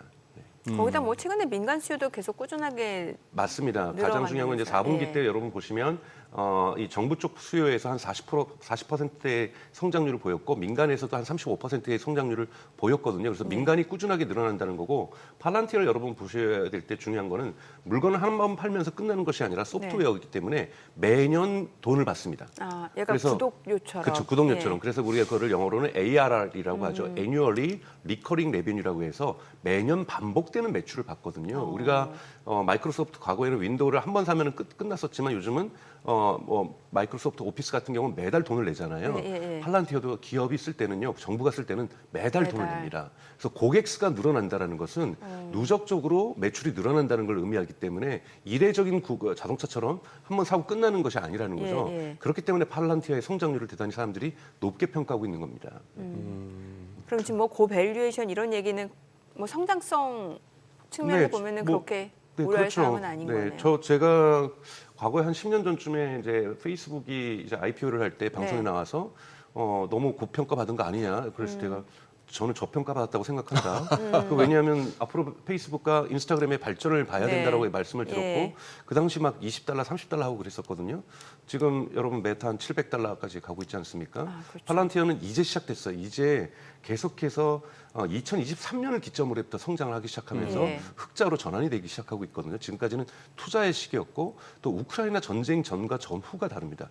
전쟁 전에 팔란티어는 그렇게 좋은 성적을 내지 못하는 소프트웨어였는데 우크라이나 전쟁을 겪으면서 팔란티어가 흔히 말하는 퀀텀 점프, 엄청난 소프트웨어의 품질 향상을 겪게 됩니다. 이러면서 민간 고객들이 계속해서 늘어나는 거고 한국도 HD의 과거의 현대조선 여기서 지금 이 팔란티어 소프트웨어를 쓰기 시작한 거잖아요. 이러면서 한국도 이제 기업들도 쓰기 시작하고 있는 모습들, 전 세계적으로 팔란티어의 고객들이 확대될 수 있다는 가능성들을 보여주고 있는 것이기 때문에요. 저는 계속해서 성장할 기업에게는 지금 있는 부분에서 매출이 증폭하는 기업하고 네. 계속해서 시장이 확대되고 있고 그 속에서 자신들의 매출을 증가시키는 기업은 앞으로 한 5, 6년간은 계속해서 성장할 기업이라고 봅니다. 그래서 거기에 맞춰서 여러분들이 팔란티어의 기업 평가를 하시는 게 맞지 않나 생각이 듭니다. 그래요.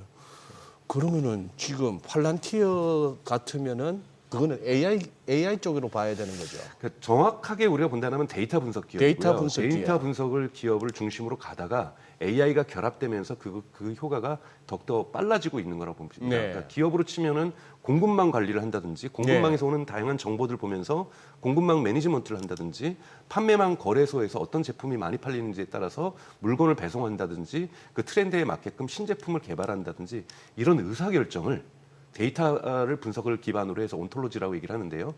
기업 경영진들이 빠른 속도로 낼 수 있고 쉽게 낼 수 있도록 도와주고 있고 또 마찬가지로 전쟁터에서는 이러한 정보들을 이용해가지고 군사작전을 좀 더 효율적으로 좀 더 빠르게 도와주고 있는 것이 팔란티어 소프트웨어가 갖고 있는 기능이거든요. 네. 이런 건 사실은 빅데이터를 분석할 수 있는 능력이 뛰어나다라는 거고 여기에 AI까지 결합되니 그것이 가속화됐다라고 그래서 데이터와 AI 기업이다. 이렇게 정확하게 분석할 수 있습니다. 또 사실 지금 뭐 우리 강정수 박사님하고 어제 중국 양해 어떻게 보셨습니까? 이런 얘기 할 그거는 아닌 거고 네. 박사님하고 할 얘기는 또 따로 있는데 네. 그래요. 팔란티어는 그렇다 치고 네. 테슬라도 네. 전기차 제조 회사였지만 요즘은 또 AI로 자꾸 엮지 않습니까? 네. 메타도 네. 구글도 네. 원래는 플랫폼 기업이었는데 이것도 AI로 엮이고 있고요. 네. 마이크로소프트도 애플도. 네, 맞습니다. 그 이제 AI 빼고는 얘기가 안 돼요.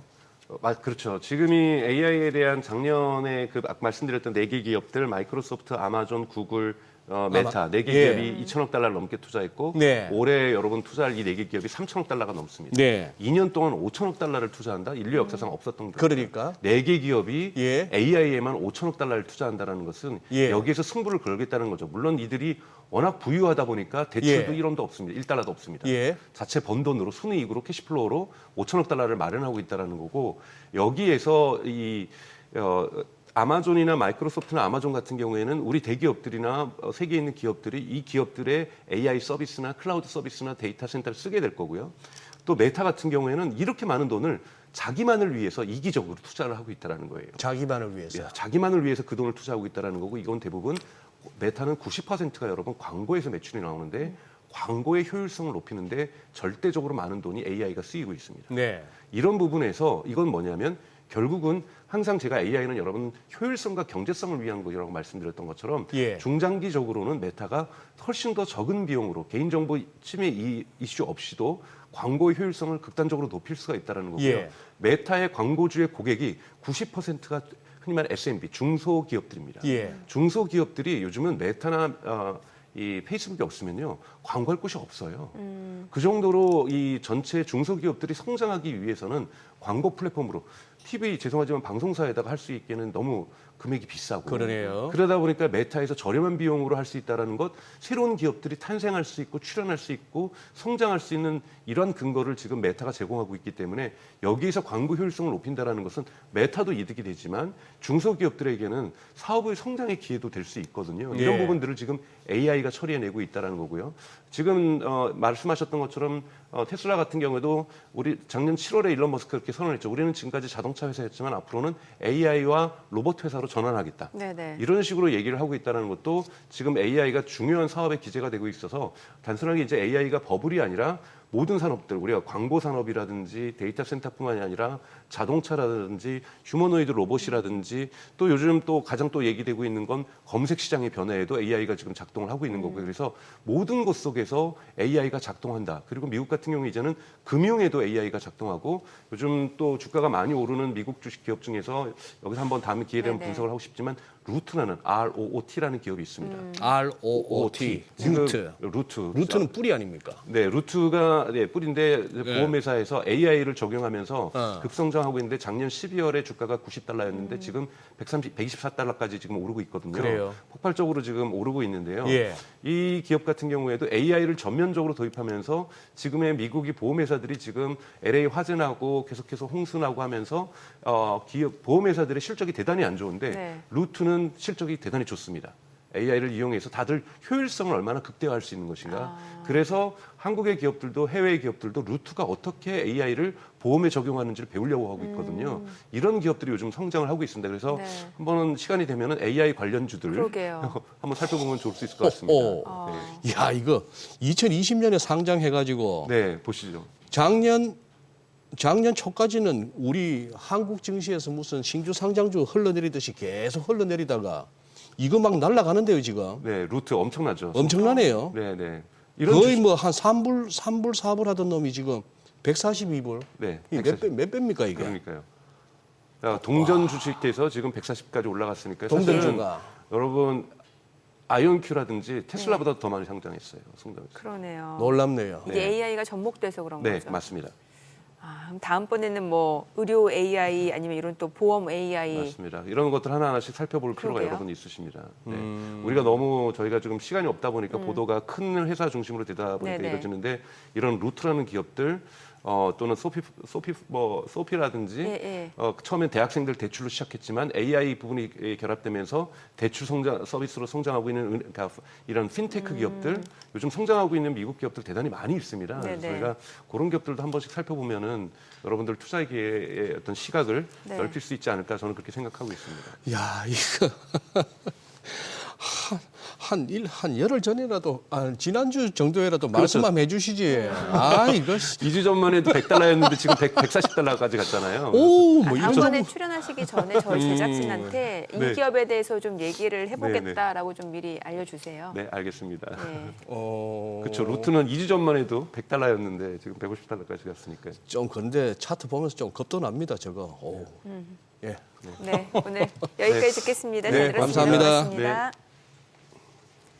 네, 오늘 들으신 기업과 관련해서 자세한 내용 원하시는 분들은 카카오톡 채널에서 머니를 검색하셔서 친구 추가하시기 바랍니다.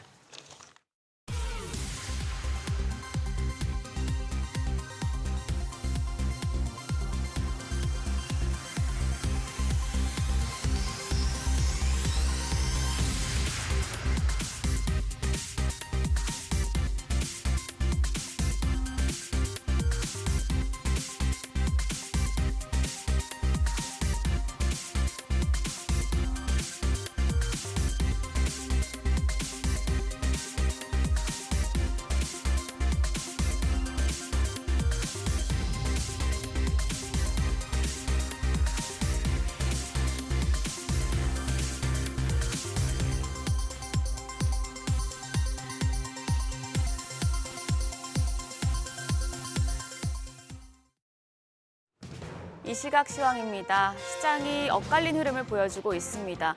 코스피는 오늘도 추가적인 상승세 보여줍니다. 0.89% 오르면서 현재 2,580포인트 가리키고 있습니다. 반면에 코스닥은 좀 상승 동력이 부족한 상황입니다. 현재 약보합으로 746포인트에서 움직임 보여주고 있습니다. 그럼 수급 상황 체크하시죠. 유가증권 시장 매매 동향입니다. 외국인 오늘도 팔자 포지션을 취하고 있습니다. 금액은 소폭이지만 25억 원의 매도 우위 기록하고 있고요. 지금 107억 원 매수 우위로 전환된 상태입니다. 기관이 52억 원 매도 우위, 개인도 77억 원 팔자 포지션 취하고 있습니다. 코스닥 시장입니다. 코스닥 시장에서는 외국인과 기관 양 매도가 나옵니다. 외국인 어제는 순 매수했었는데 오늘은 800억 원 가까운 팔자 포지션 취하고 있습니다. 더불어서 기관도 309억 원 순 매도 기록 중입니다. 여기서는 개인만 홀로 1,183억 원 매수 우위 보여주고 있습니다. 등락률 상하이 업종 체크하시죠. 오늘 자동차 업종을 비롯해서 철강과 전기 제품 업종이 상승률 상위권에 위치해 있습니다. 반면 생물공학과 손해보험, 해운 업종은 하락폭이 큰 것으로 집계됩니다. 그럼 시장을 주도하는 테마 종목별 시세 체크하시죠. 오늘 자동차 대표주가 강세 기록 중입니다. 도널드 트럼프 미국 대통령이 캐나다와 멕시코산 자동차에 대해 한 달간 관세 적용을 면제한다는 소식이 나오자 관세 피해주로 눌려있던 자동차 대표주가 상승세를 보여주고 있습니다. 관련주 내에서는 HL만도가 5%대 올라갑니다. 현재 거래가 43,850원입니다. 기아가 3%대 강세로 98,800원, KG모빌리티도 2% 가까운 상승세 보여주고 있습니다. 거래가는 46만 2,500원입니다. 현대차 오늘도 추가적인 상승세 보여줍니다. 2.3% 상승하며 19만 9,400원에 거래되고 있습니다. 한온시스템도 1.88% 강세로 현재 거래가는 4,345원입니다. 2차전지 관련주도 오름세를 보여주고 있습니다. 국내 최대 규모 배터리 전시회인 인터배터리 2025가 어제 개막한 가운데 기업들이 차세대 신기술을 잇따라 발표하면서 2차전지 소재 부품 쪽이 들썩이고 있습니다. 관련주 중에서 대진 첨단 소재 오늘 상장을 했는데요. 108% 상승세 보여주고 있습니다. 현재 거래가는 18,750원입니다. KM텍이 0.42% 하락 전환된 가운데 롯데 에너지 머티리얼즈는 6.3% 상승 중입니다. 거래가는 28,450원. 포스코홀딩스가 4.7% 상승하며 28만 9천 원에 거래되고 있습니다. 성우하이텍도 5.87% 오름세입니다. 거래가는 5,410원입니다. 알래스카 프로젝트 관련 섹터들도 강세 보여주고 있습니다. 트럼프 대통령이 현지 시간 4일 첫 의회 연설에서 알래스카 액화 천연가스 LNG 개발 프로젝트에 한국 기업들이 참여할 계획이라고 밝힌 데 따른 것입니다. 알래스카 프로젝트는 알래스카 북부와 남부를 잇는 1,300km 길이 가스관 건설 사업입니다. 강관과 밸브, 운송선 등 모두 석유와 가스 수송에 필수적인 것들이어서 관련주에 대한 기대감이 높아지고 있습니다. 일단 철강주부터 체크하시죠. 세아제강이 12% 급등세 보여줍니다. 세아제강 증권가에서 긍정적인 리포트가 나왔는데요. 12% 상승세로 현재 거래가는 20만 2,500원입니다. 포스코홀딩스입니다. 4.3% 오름세로 28만 8천 원. 현대제철도 3.75% 상승하면서 거래가 27,550원으로 집계됩니다. 포스코 스틸리온입니다. 3.69% 강세로 현재 거래가 4750원이고요. 한국철강도 2%가량 올라갑니다. 거래가는 8,240원입니다. 피팅과 밸브 쪽에서도 상승 종목들이 나오고 있습니다. 우선 화성밸브 6%대 오름세입니다. 현재 거래가 11,620원입니다. DK락이 1.82% 강세로 거래가는 8,960원. 하이로코리아도 0.67% 오름세 기록 중입니다. 거래가 29,900원입니다. 반면에 성광밴드와 BMT는 지금 하락 전환돼 있는 상태입니다. 오늘 국내 증시 코스피 쪽에서 추가적인 상승세가 보여지고 있는데요. 그러면 오늘 장에서 투자 전략 그리고 시장 대응 전략까지 알아보겠습니다. 오늘은 SBS-비즈 5스타 이동우 전문가 전화 연결돼 있습니다. 안녕하세요. 네, 안녕하세요. 네, 이번 달부터 제약 바이오 관련 빅 이벤트가 잇따라 예정이 돼 있습니다. 국내 기업들의 연구개발 성과에 투자자들의 관심이 쏠리고 있는데 주요 내용부터 짚어주시죠. 네, 일단은 미국 경제지표 최근에 둔화된 모습을 좀 보이면서 금리 인하 기대감은 좀 올라갔고요. 자연스레 바이오 제약주들이 다시 누각을 좀 보이기 시작하고 있습니다. 3월 유럽 폐암학회와 미국 심혈관 질환, 그리고 4월 달에 미국 암 연구학회 등을 앞두고 공개될 기술 이전 R&D 성과에도 주목하게 되면서 관련주들 반등도 이어지고 있습니다. 가장 먼저 3월 말 열리는 유럽 폐암학회에서 유한양행은 파트너사인 존슨앤존슨과 렉나자와 리브리란트, 병역용법 임상 3상 연구의 최종 전체 생존 기간을 발표하면서 현재 아스트라제네카가 주도하고 있는 이상 반도를 흔들 수 있는 것으로 지금 기대하고 있고요. 알테오젠은 파트너사 머크와의 키트루다 SC 비소세포 폐암 임상 3상 결과도 유럽 폐암학회에서 공개하면서 임상 결과를 토대로 연내 미국 FDA 허가를 획득한다는 계획을 가지고 있으며 현재 키트루다는 글로벌 매출 1위 의약품으로 알테오젠은 대규모 로열티 수령도 앞두고 있습니다. 이외에도 한올 바이오파마는 파트너사 이뮤노반트의 바토클리맙의 중증 근무력증 임상 3상 톱라인을 공개를 예정하고 있고 보로노이가 비소세포 폐약 신약 첫 임상 결과에 대한 기대감 그리고 유한양행은 이제 알레르기 신약 능력 개선 등도 긍정적으로 시장에서 작용을 하고 있는 것으로 풀이가 되고 있습니다. 네, 그럼 전문가님께서는 제약 바이오 관련주 중에서 어떤 종목 좋게 보시나요? 일단은 ABL 바이오와 GI 이노베이션을 중점적으로 좀 보고 있는데요. ABL 바이오는 이중항체 기반 플랫폼으로 다수의 항암제를 개발 중인데 ABL 001이 FDA 패스트 트랙으로 지정되면서 기존 화학 항암제에 반응하지 않던 담도암 환자에게는 빠른 상업화가 가능해졌고 지난 하반기 수령했던 텀십보다도 좋은 계약 조건을 제시한 제약사가 등장했다고 IR에서 대표가 첨언하게 되면서 22년도에 사노피와의 기설 이전 1조 4,700억원에 달하는 그 규모 이상의 딜이 나올 것으로 기대되어서 사상 최고가 돌파가 기대되는 종목입니다. 기술적으로는 올해 2월 달에 사상 최고치를 돌파한 이후에 2주 정도의 조정 뒤에 다시 돌파 의지를 좀 보여주고 있고요. 금일 이제 좀 조정을 좀 보여주고 있는데 접근은 41,000원에서 4만 원대, 그리고 1차 목표가는 사상 최고가 부근인 47,000원, 그리고 2차 목표가는 51,000원, 그리고 손절가는 38,000원을 제시해 드리도록 하고요. GI 이노베이션은 IL 변형체 기반 면역 항암제와 알레르기 치료를 주력으로 삼아서 올해 기술 이전 골든타임을 바라보고 있는 종목인데요. 이미 유한양행의 1조 4천억 규모의 알레르기 치료제를 라이센스 아웃한 전례가 있고 면역 항암제 분야에서도 임상 초기 단계에서 키트루다와의 병용용법으로 치료가 어려운 췌장암에서 효과를 보이는 만큼 글로벌 파트너사를 찾게 된다면 주가의 추가 상승과 기업 현금 흐름이 빠르게 개선될 가능성이 높은 기업입니다. 올해 오늘 급등을 좀 보여주고 있긴 한데 기술적으로는 올해 2월 사상 최고가를 돌파를 한 뒤에 저점을 서서히 높여가고 있고 오랜 박스권인 15,000원을 지지력을 다시 한 번 더 확인하게 된다면 추가 급등이 가능해 보이는 자리입니다. 접근은 17,600원에서 16,500원까지 가능하고요. 1차 목표가는 2만 원, 손절가는 15,000원을 제시해드리도록 하겠습니다. 네, 관세 전쟁 우려가 크게 완화되면서 이제 코스피가 추가적인 상승세를 보여주고 있습니다. 포트폴리오 전략 어떻게 가져가야 좋을까요? 네, 일단은 미국 증시가 멕시코와 캐나다에 대한 25% 관세 발효 하루 만에 자동차 부분의 관세를 한 달 유예했고 추가적으로는 제협상 해지를 보이며 다시 시장 회복세를 좀 보이기 시작했습니다. 국내 증시도 전일에 이어서 상승 출발한 이후에 추가 회복세를 좀 보이긴 하지만 아마 상승에 대한 가속도를 좀 붙이기에는 어려울 것으로 보입니다. 국내 대표 제조 반도체인 2차전지 대형주가 관세에서 아직 자유롭지 못한 상태이고 모멘텀이 있는 소캠 관련이나 아마 전고체 배터리 등 반도체의 2차전지나 장비주들 중심으로 아마 순환매만 약간의 염두를 해두시면 좋을 것 같고요.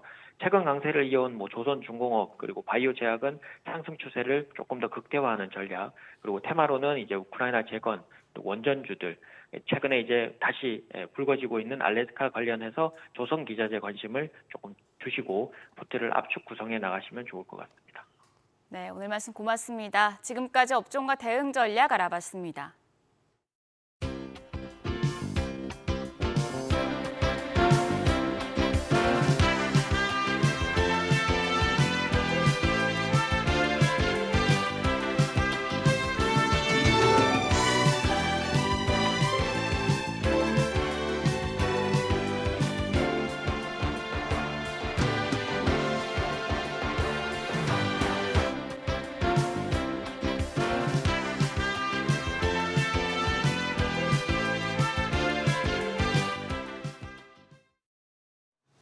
트럼프 대통령의 워싱턴 DC 연방 의사당 발언에 전 세계가 긴장하고 있습니다. 안보, 조선, 반도체 다양한 분야에 이런저런 불만을 내놓으면서 미국 중심의 재편을 노리는 모습인데요. 네, 힘들게 시작한 3월, 앞으로 뉴욕 증시 전망과 포트폴리오 전략까지 함께 살펴보겠습니다. NH투자증권 조연주 연구원 자리했습니다. 어서 오세요, 연구원님. 안녕하세요. 네, 지금 뭐 미국 증시 일단 뭐 조정이 세게 와가지고 뭐 트럼프 취임 이전 레벨까지 어지간한 것들은 다 내려왔는데 우선 지금 미국장 우리 조 연구원님 미국장을 계속 보시니까 요 전반적인 요 시황부터 한번 점검을 해봤으면 좋겠네요. 이 조정 어디까지 간다고 보십니까? 아니면 마무리됐다고 보시는지? 일단은 미국 주식시장의 이제 조정 여부는 아마 트럼프의 관세 정책에 좀 달려 있다라고 생각을 하고 있습니다. 그래서 지금까지 트럼프가 발언을 통해서 굉장히 많은 이제 관세 정책을 얘기를 했는데요. 이런 부분들이 모두 다 시행되게 되면은 당연히 미국도 뭐 경기 침체 우려라던가 경기에 대한 피해가 불가피하기 때문에 아마 조정이 좀 크게 나올 것입니다. 근데 지금 상황을 봤을 때는 뭐 어제도 좀 협상 가능성을 열어둔 부분도 있고 또 아무래도 이제 트럼프가 목적이 무역 전쟁보다는 이제 협상이기 때문에 저희는 이 조정이 그렇게 큰 폭으로 가지는 않을 것으로 예상을 하고 있고 뭐 경기도 여전히 버텨줄 수 있는 수준이다라고 생각을 하고 있습니다. 다만 기간을 놓고 본다면은 저희가 일전에도 미국 주식시장은 상저하고의 흐름이다 올해는 이렇게 말씀을 드렸던 것처럼 아무래도 3월 다음 주에 또 철강 알루미늄 관세 그리고 4월 2일에 또 상호 관세 이런 것들이 많이 예정이 되어 있기 때문에 3월 달에는 뭐 협상한다 그러면 오르고 또 부과한다 그러면 내리고 이러한 변동성 장세가 좀 유지될 것 같습니다. 그래서 트럼프의 말에 따라서 좀 시장이 흔들리는 흐름이기 때문에 뭐 한두 달 정도는 뭐 미국 주식시장도 같이 변동성 장세를 좀 유지하지 않을까 이렇게 보고 있습니다. 당분간은 좀 왔다 갔다 할 수가 있다, 장이. 네. 그러면 어제 요거 의회 연설에서 이제 우리 한국이 언급된 게 그 알래스카 천연가스 개발 사업 얘기하면서 한국, 일본 등이 이쪽 사업에 참여하기를 원한다. 뭐 이런 식의 언급이 있었어요. 지금 우리 시장 어제부터 반응했고 정확하게 그러면 그러면 천연가스를 캐가지고 남부 쪽으로 가스관으로 하고 그걸 또 어딘가 이송해야 될 거 아닙니까? LNG선이나 이런 걸로 우리가 어디까지 갈 수 있는 거죠 그러면?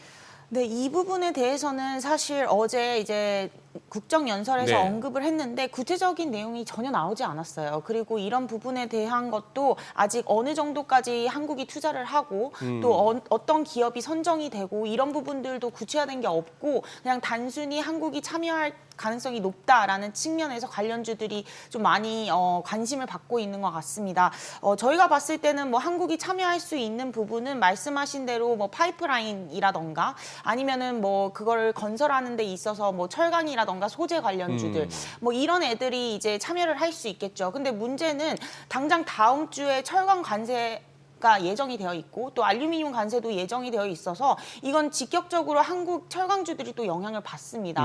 마진이 줄어들 수밖에 없고 25%를 맞기 때문에 그래서 제가 봤을 때는 지금 이런 부분에 대한 기대감이 높기는 하지만 또 얼마만큼 정부가 이를 지원할 수 있을지 또 어떤 기업들이 뭐 선정될지 또 관세에 따른 그 영향이 어느 정도 상쇄될지 이런 부분들이 너무 아직 구체화되지 않았기 때문에 아직까지 이를 실적에 녹이고 저희가 이런 부분들을 뭐 가격에 넣기에는 좀 이른 시점이 아닌가, 좀 시간이 걸리지 않을까라고 생각을 하고 있고 한국 내 정부 뭐 당국도 아직 결정된 부분이 없기 때문에 좀 기대감이 좀 앞서고 있다 이렇게 보고 있습니다.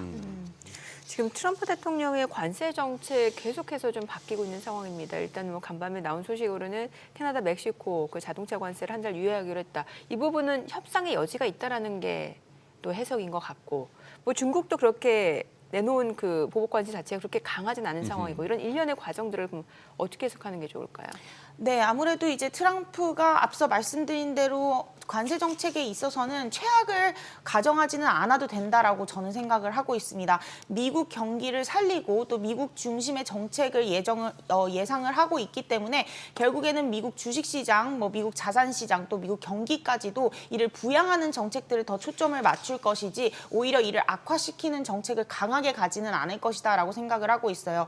이미 국정연설에서도 말했듯이 결국에는 어느 정도는 좀 참아달라, 이후에는 괜찮다라고 말한 것처럼 지금의 관세 정책은 약간의 협상을 위한 압박 정책 정도로 생각을 하고 있고, 그 이후에는 결국 협상을 통해서 좀 완화될 것이다라고 예상을 하고 있습니다. 특히 이 관세 정책이 좀 세게 나오고 압박 정책이 세게 나오더라도 미국 같은 경우는 뭐 차트에서 보시는 것처럼 GDP에서 뭐 수입 수출이 차지하는 비중이 다른 국가 대비해서는 좀 많이 낮습니다. 그리고 만약에 유럽까지 하게 되면은 당연히 뭐 GDP에서 10%를 차지해서 좀 강하기는 하지만 저는 이렇게까지 강하게 나오지는 않을 거라고 생각을 하고 있고, 또 미국 전체 GDP에서 미국이 차지하는 비중이 전체 GDP에서 이제 무역이 차지하는 비중이 한 11%밖에 안 되기 때문에 다른 상대국 대비해서는 양호한 수준이다라고 판단을 하면은 이 관세 정책에 따른 경기 침체 우려, 뭐 미국은 끝났다 이런 부분은 좀 과도한 게 아닌가라고 판단하고 있습니다. 예. 그래요. 지금 전반적으로 우리 조 연구원님의 이제 미국장 바라보시는 시각을 이제 어느 정도 알겠는데, 변동성 장세가 좀 더 이어질 수 있고 한데, 그렇다고 이제 무너질 장으로는 안 보시는 거고. 네. 근데 이제 현실적으로 우리 지금 미국 투자하시는 분들이 작년 말에 많이 들어가신 분들은 지금 조금 곤혹스러워 하세요. 결국 그러면은 뭐 좀 기다릴 수밖에 없겠네요. 네, 이제 저희가 생각했을 네. 때는 지금부터 한 4월 2일 상호 관세가 예정된 일자까지는 좀 흔들릴 수도 있습니다. 추가적으로 또 하락할 수도 있고요. 왜냐하면 멕시코, 캐나다 관세만큼 영향을 물가에 주고 경기에 영향을 줄 수 있는 게 또 상호 관세거든요. 예를 들어서 유럽 같은 경우는 비관세 장벽이 한 22%예요. 그거를 모두 다 관세율로 따지게 되면은 유럽에 그냥 22% 관세 부과하는 것과 마찬가지인 거고, 한국도 이 BAT 텍스라는 비관세 장벽이 한 10% 정도 되고, 일본은 8%인데 이걸 그냥 관세율로 전환시켜서 부과하겠다라고 하면은 한국도 10%를 맞는 거고 관세를, 일본도 한 8%를 맞는 겁니다. 그러면 굉장히 큰 규모거든요. 그래서 이런 부분들이 또 시행하겠다고 할 거예요. 한 4월 2일 전까지는. 그럼 다시 또 미국장도 흔들릴 수가 있겠죠. 그래서 저희가 생각했을 때 지금 이 무역 정책, 트럼프 정책에 대한 불확실성이 한 3월 달이 가장 피크가 아닐까라고 생각을 하고 있어서, 지금 뭐 작년에 사셔서 많이 조금 물려 있거나 아니면 좀 어떻게 해야 될지 모르는 상황에서는 저희는 오히려 좀 많이 내렸을 때 추가 매수하는 게 좀 낫지 않나 이렇게 좀 생각을 하고 있고, 그 이유는 이제 무역 정책은 결국엔 상반기에 몰려 있을 거예요. 지금 많이 내놨기 네. 때문에. 그럼 그 이후에 나올 정책들을 바라보셔야 되는데, 그 이후에 트럼프 정책들은 관세보다는 오히려 감세라는 것들을 준비하고 있고요, 이미. 그리고 규제 완화 정책도 준비를 하고 있습니다. 그럼 결국에는 미국의 경기가 흔들리고 관세 정책으로 물가가 좀 치솟았을 때 이를 눌러줄 수 있는 정책들이 많이 대기가 되어 있다는 거예요. 그렇기 때문에 미국 같은 경우는 오히려 관세 정책으로 흔들렸을 때가 좀 매수 기회가 아닌가, 저는 이렇게 좀 판단하고 있습니다. 오히려 좀 상반기에는 좀 불안정한 변동성 장세가 이어지고 하반기에 들어서 조금 추세를 잡아가면서 우상향으로 갈 수 있다, 이렇게 이해를 하면 되는 건가요? 네, 맞습니다. 그러면 지표상으로는 뭐 우려할 만한 점은 없고요. 요새 조금 미국이 좀 지표가 안 좋아가지고 자꾸 뭐 별로 입에 올리고 싶지 않은 스태그플레이션 얘기를 갖다가 혹시나 싶어가지고.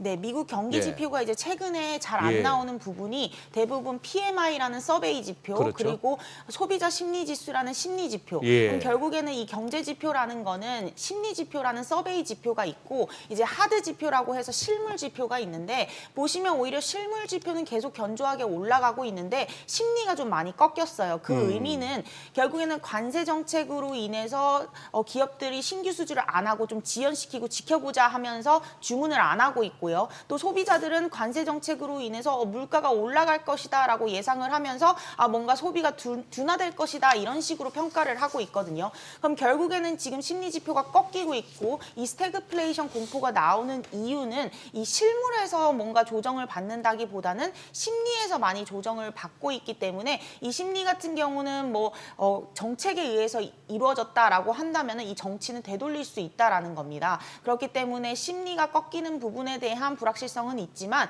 실물이 꺾일 만큼의 수준의 관세 정책이 나오지는 않을 거다라고 생각을 하고 있고 지금 멕시코 같은 경우도 원유는 10%, 자동차는 한 달 이후에 이렇게 한 거 보면은 타격이 큰 제품들은 오히려 좀 조심스러운 부분이 있어요. 그래서 실물에 대한 굉장한 타격을 줄 만큼은 이루어지지 않는다라고 보면은 심리는 다시 또 이런 부분들이 협상이 되고 좀 완화되면은 다시 올라올 가능성이 높다 이렇게 보고 있습니다. 근데 문제는 이제 트럼프의 그런 관세 정책이라든지 여러 가지 정책 자체가 실제로 지금 반영된 상황은 아니라는 거잖아요. 근데 이게 실제로 반영되면 진짜로 인플레이션이 쉽게 꺾이지도 않을 수도 있는 거고 이러면은 사실 미국 입장에서도 여러 가지 우려스러운 부분이 있을 수밖에 없을 것 같거든요. 네, 맞습니다. 아직까지 이제 관세 정책에 예. 대한 부분이 물가나 뭐 경기에는 전혀 영향을 미치고 있지 않고 지표에도 나오지 않았죠. 네. 그래서 저희가 생각하는 부분은 아마 관세 정책을 어느 정도는 할 거예요. 어느 정도를 하게 되면은 물가에 영향을 미칠 수밖에 없겠죠. 근데 그게 어느 정도 수준인지에 따라서 이제 미국 경기가 이걸 버틸 수 있느냐 아니면 버티지 못하느냐의 차이일 것 같습니다. 저희가 생각하는 이제 시나리오 같은 경우는 5가지의 이제 관세 정책이 있는데 뭐 EU도 있고 자동차, 반도체, 의약품도 있고 뭐 멕시코, 캐나다도 있고 여러 가지가 지금 예정이 되어 있는데 이 중에서 가능성이 높은 거는 행정명령에 서명한 정책들이라는 겁니다. 행정명령에 서명을 일단 하면 180일 이내에 보통 실현을 해야 됩니다. 그래서 그런 부분들을 봤을 때 행정명령을 서명한 정책은 상호관세 그리고 멕시코, 캐나다, 중국 관세 그리고 철강, 알루미늄 관세입니다. 그래서 이 부분은 시행될 가능성이 높고 이 부분이 시행이 되면 물가에 미치는 여파는 한 0.7에서 0.9%포인트 올라갑니다. 그럼 지금 미국 코어 PCE가 한 2.8 정도 되니까 한 3.5에서 많게는 3.8 정도까지 올라가는 거죠. 그런 부분들을 아마 3, 4월에 미리 반영할 겁니다. 경제 지표는 나중에 나오더라도 물가가 올라올 거를 미리 주식시장이 반영을 하게 될 거고요.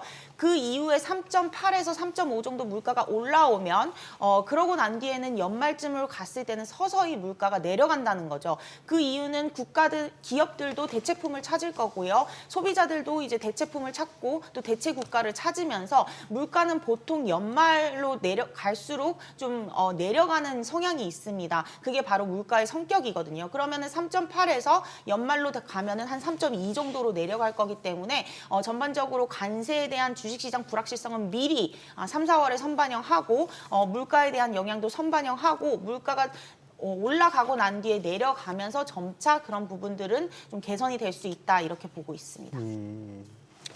이게 지금 참 재밌는 게 트럼프 대통령이 이제 트럼프 시대가 되고 나면은 연구원님 그렇지 않나요? 우리가 상식적으로 보더라도 미국이란 나라가 의원들, 워싱턴 DC에 그 폼 잡고 있는 상원 하원 의원들 그리고 그 아주 관료들 민주당이 집권하든 공화당이 집권하든 누가 대통령이 되건 상관없는 그 관료들 거기다가 또 그 바글바글한 로비스트들 그렇게 해서 막 굴러가는 세상이 되다가 트럼프가 집권하면 의회도 존재감이 안 보이고 뭐 공무원들은 지금 언제 잘릴까 전전긍긍해야 되고 그 언론들도 지금 뭐 살살살 기고 있고 모든 게 뭐 법안이 아닌 행정명령으로 트럼프 대통령이 원맨쇼예요. 옆에 또 행동대원인 머스크가 있고 여느 때보다 국무장관, 뭐 외교부 장관, 국방장관 이런 존재감도 줄어들고 근데 이번 내각에서는 다 나름대로 뭘 해보겠다는 사람들이 서긴 섰습니다만 그러다 보니까 지금 이제 우리가 트럼프만 쳐다보게 됐어요. 거기서 또 갑자기 또 존재감도 잊혀지고 시황에서 사라진 게 또 연준이에요.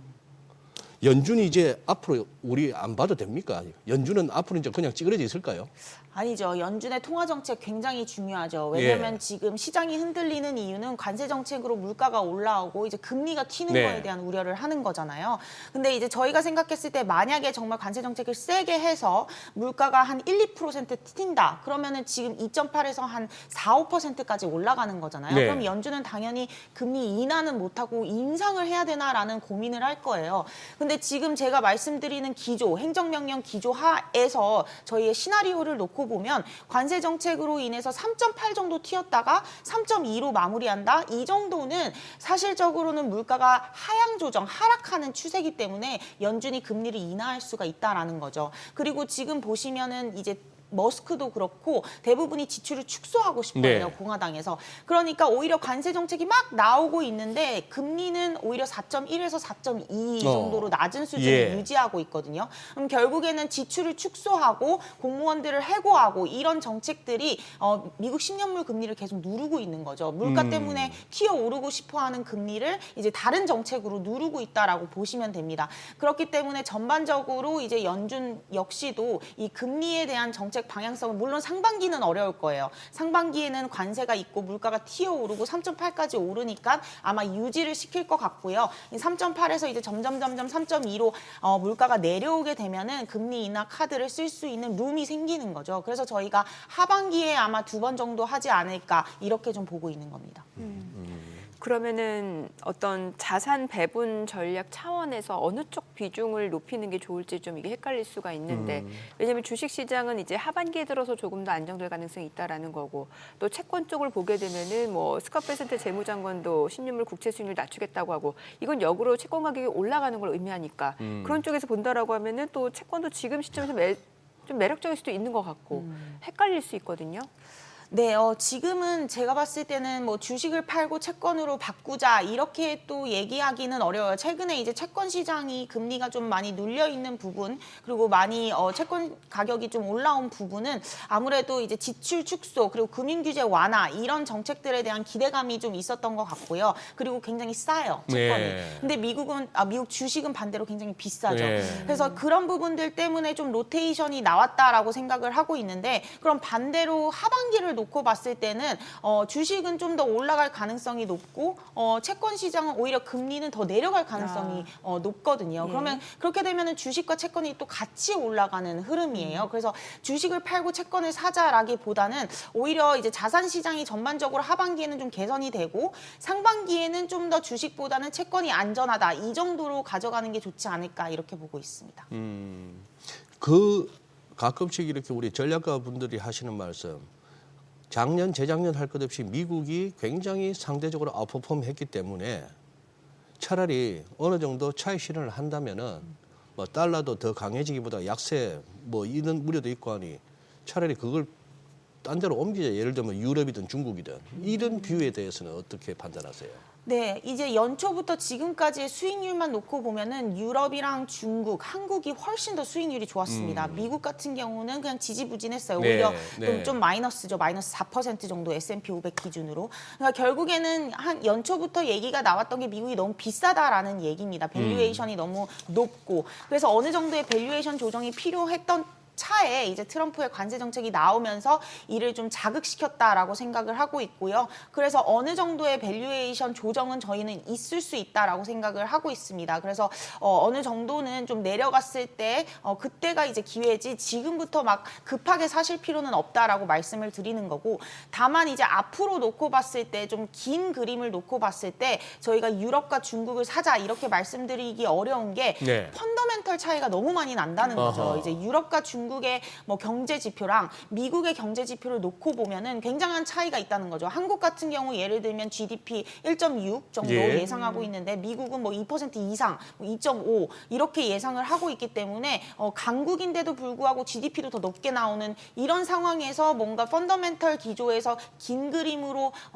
미국을 버리고 다른 주식을 사기에는 좀 어렵지 않나. 그리고 이미 미국, 중국, 유럽, 한국이 좀 많이 올랐고 한국은 좀 예외지만 중국, 유럽 같은 경우는 이미 많이 올라왔기 때문에 또 밸류에이션도 그렇게 싸지도 않아요. 이제 더 이상 뭐 항생테크라던가 아니면 유로 스탁스를 보더라도 그렇게 특히 독일 지수 같은 경우는 많이 올라왔거든요. 그래서 그런 부분을 봤을 때는 단기적으로는 뭐 한 3, 4월은 여전히 중국이 더 좋을 수는 있습니다. 하지만 좀 긴 그림으로 놓고 보면 올해를 보면은 결국에는 미국이 좀 더 아웃퍼폼하지 않을까 저는 이렇게 생각하고 있습니다.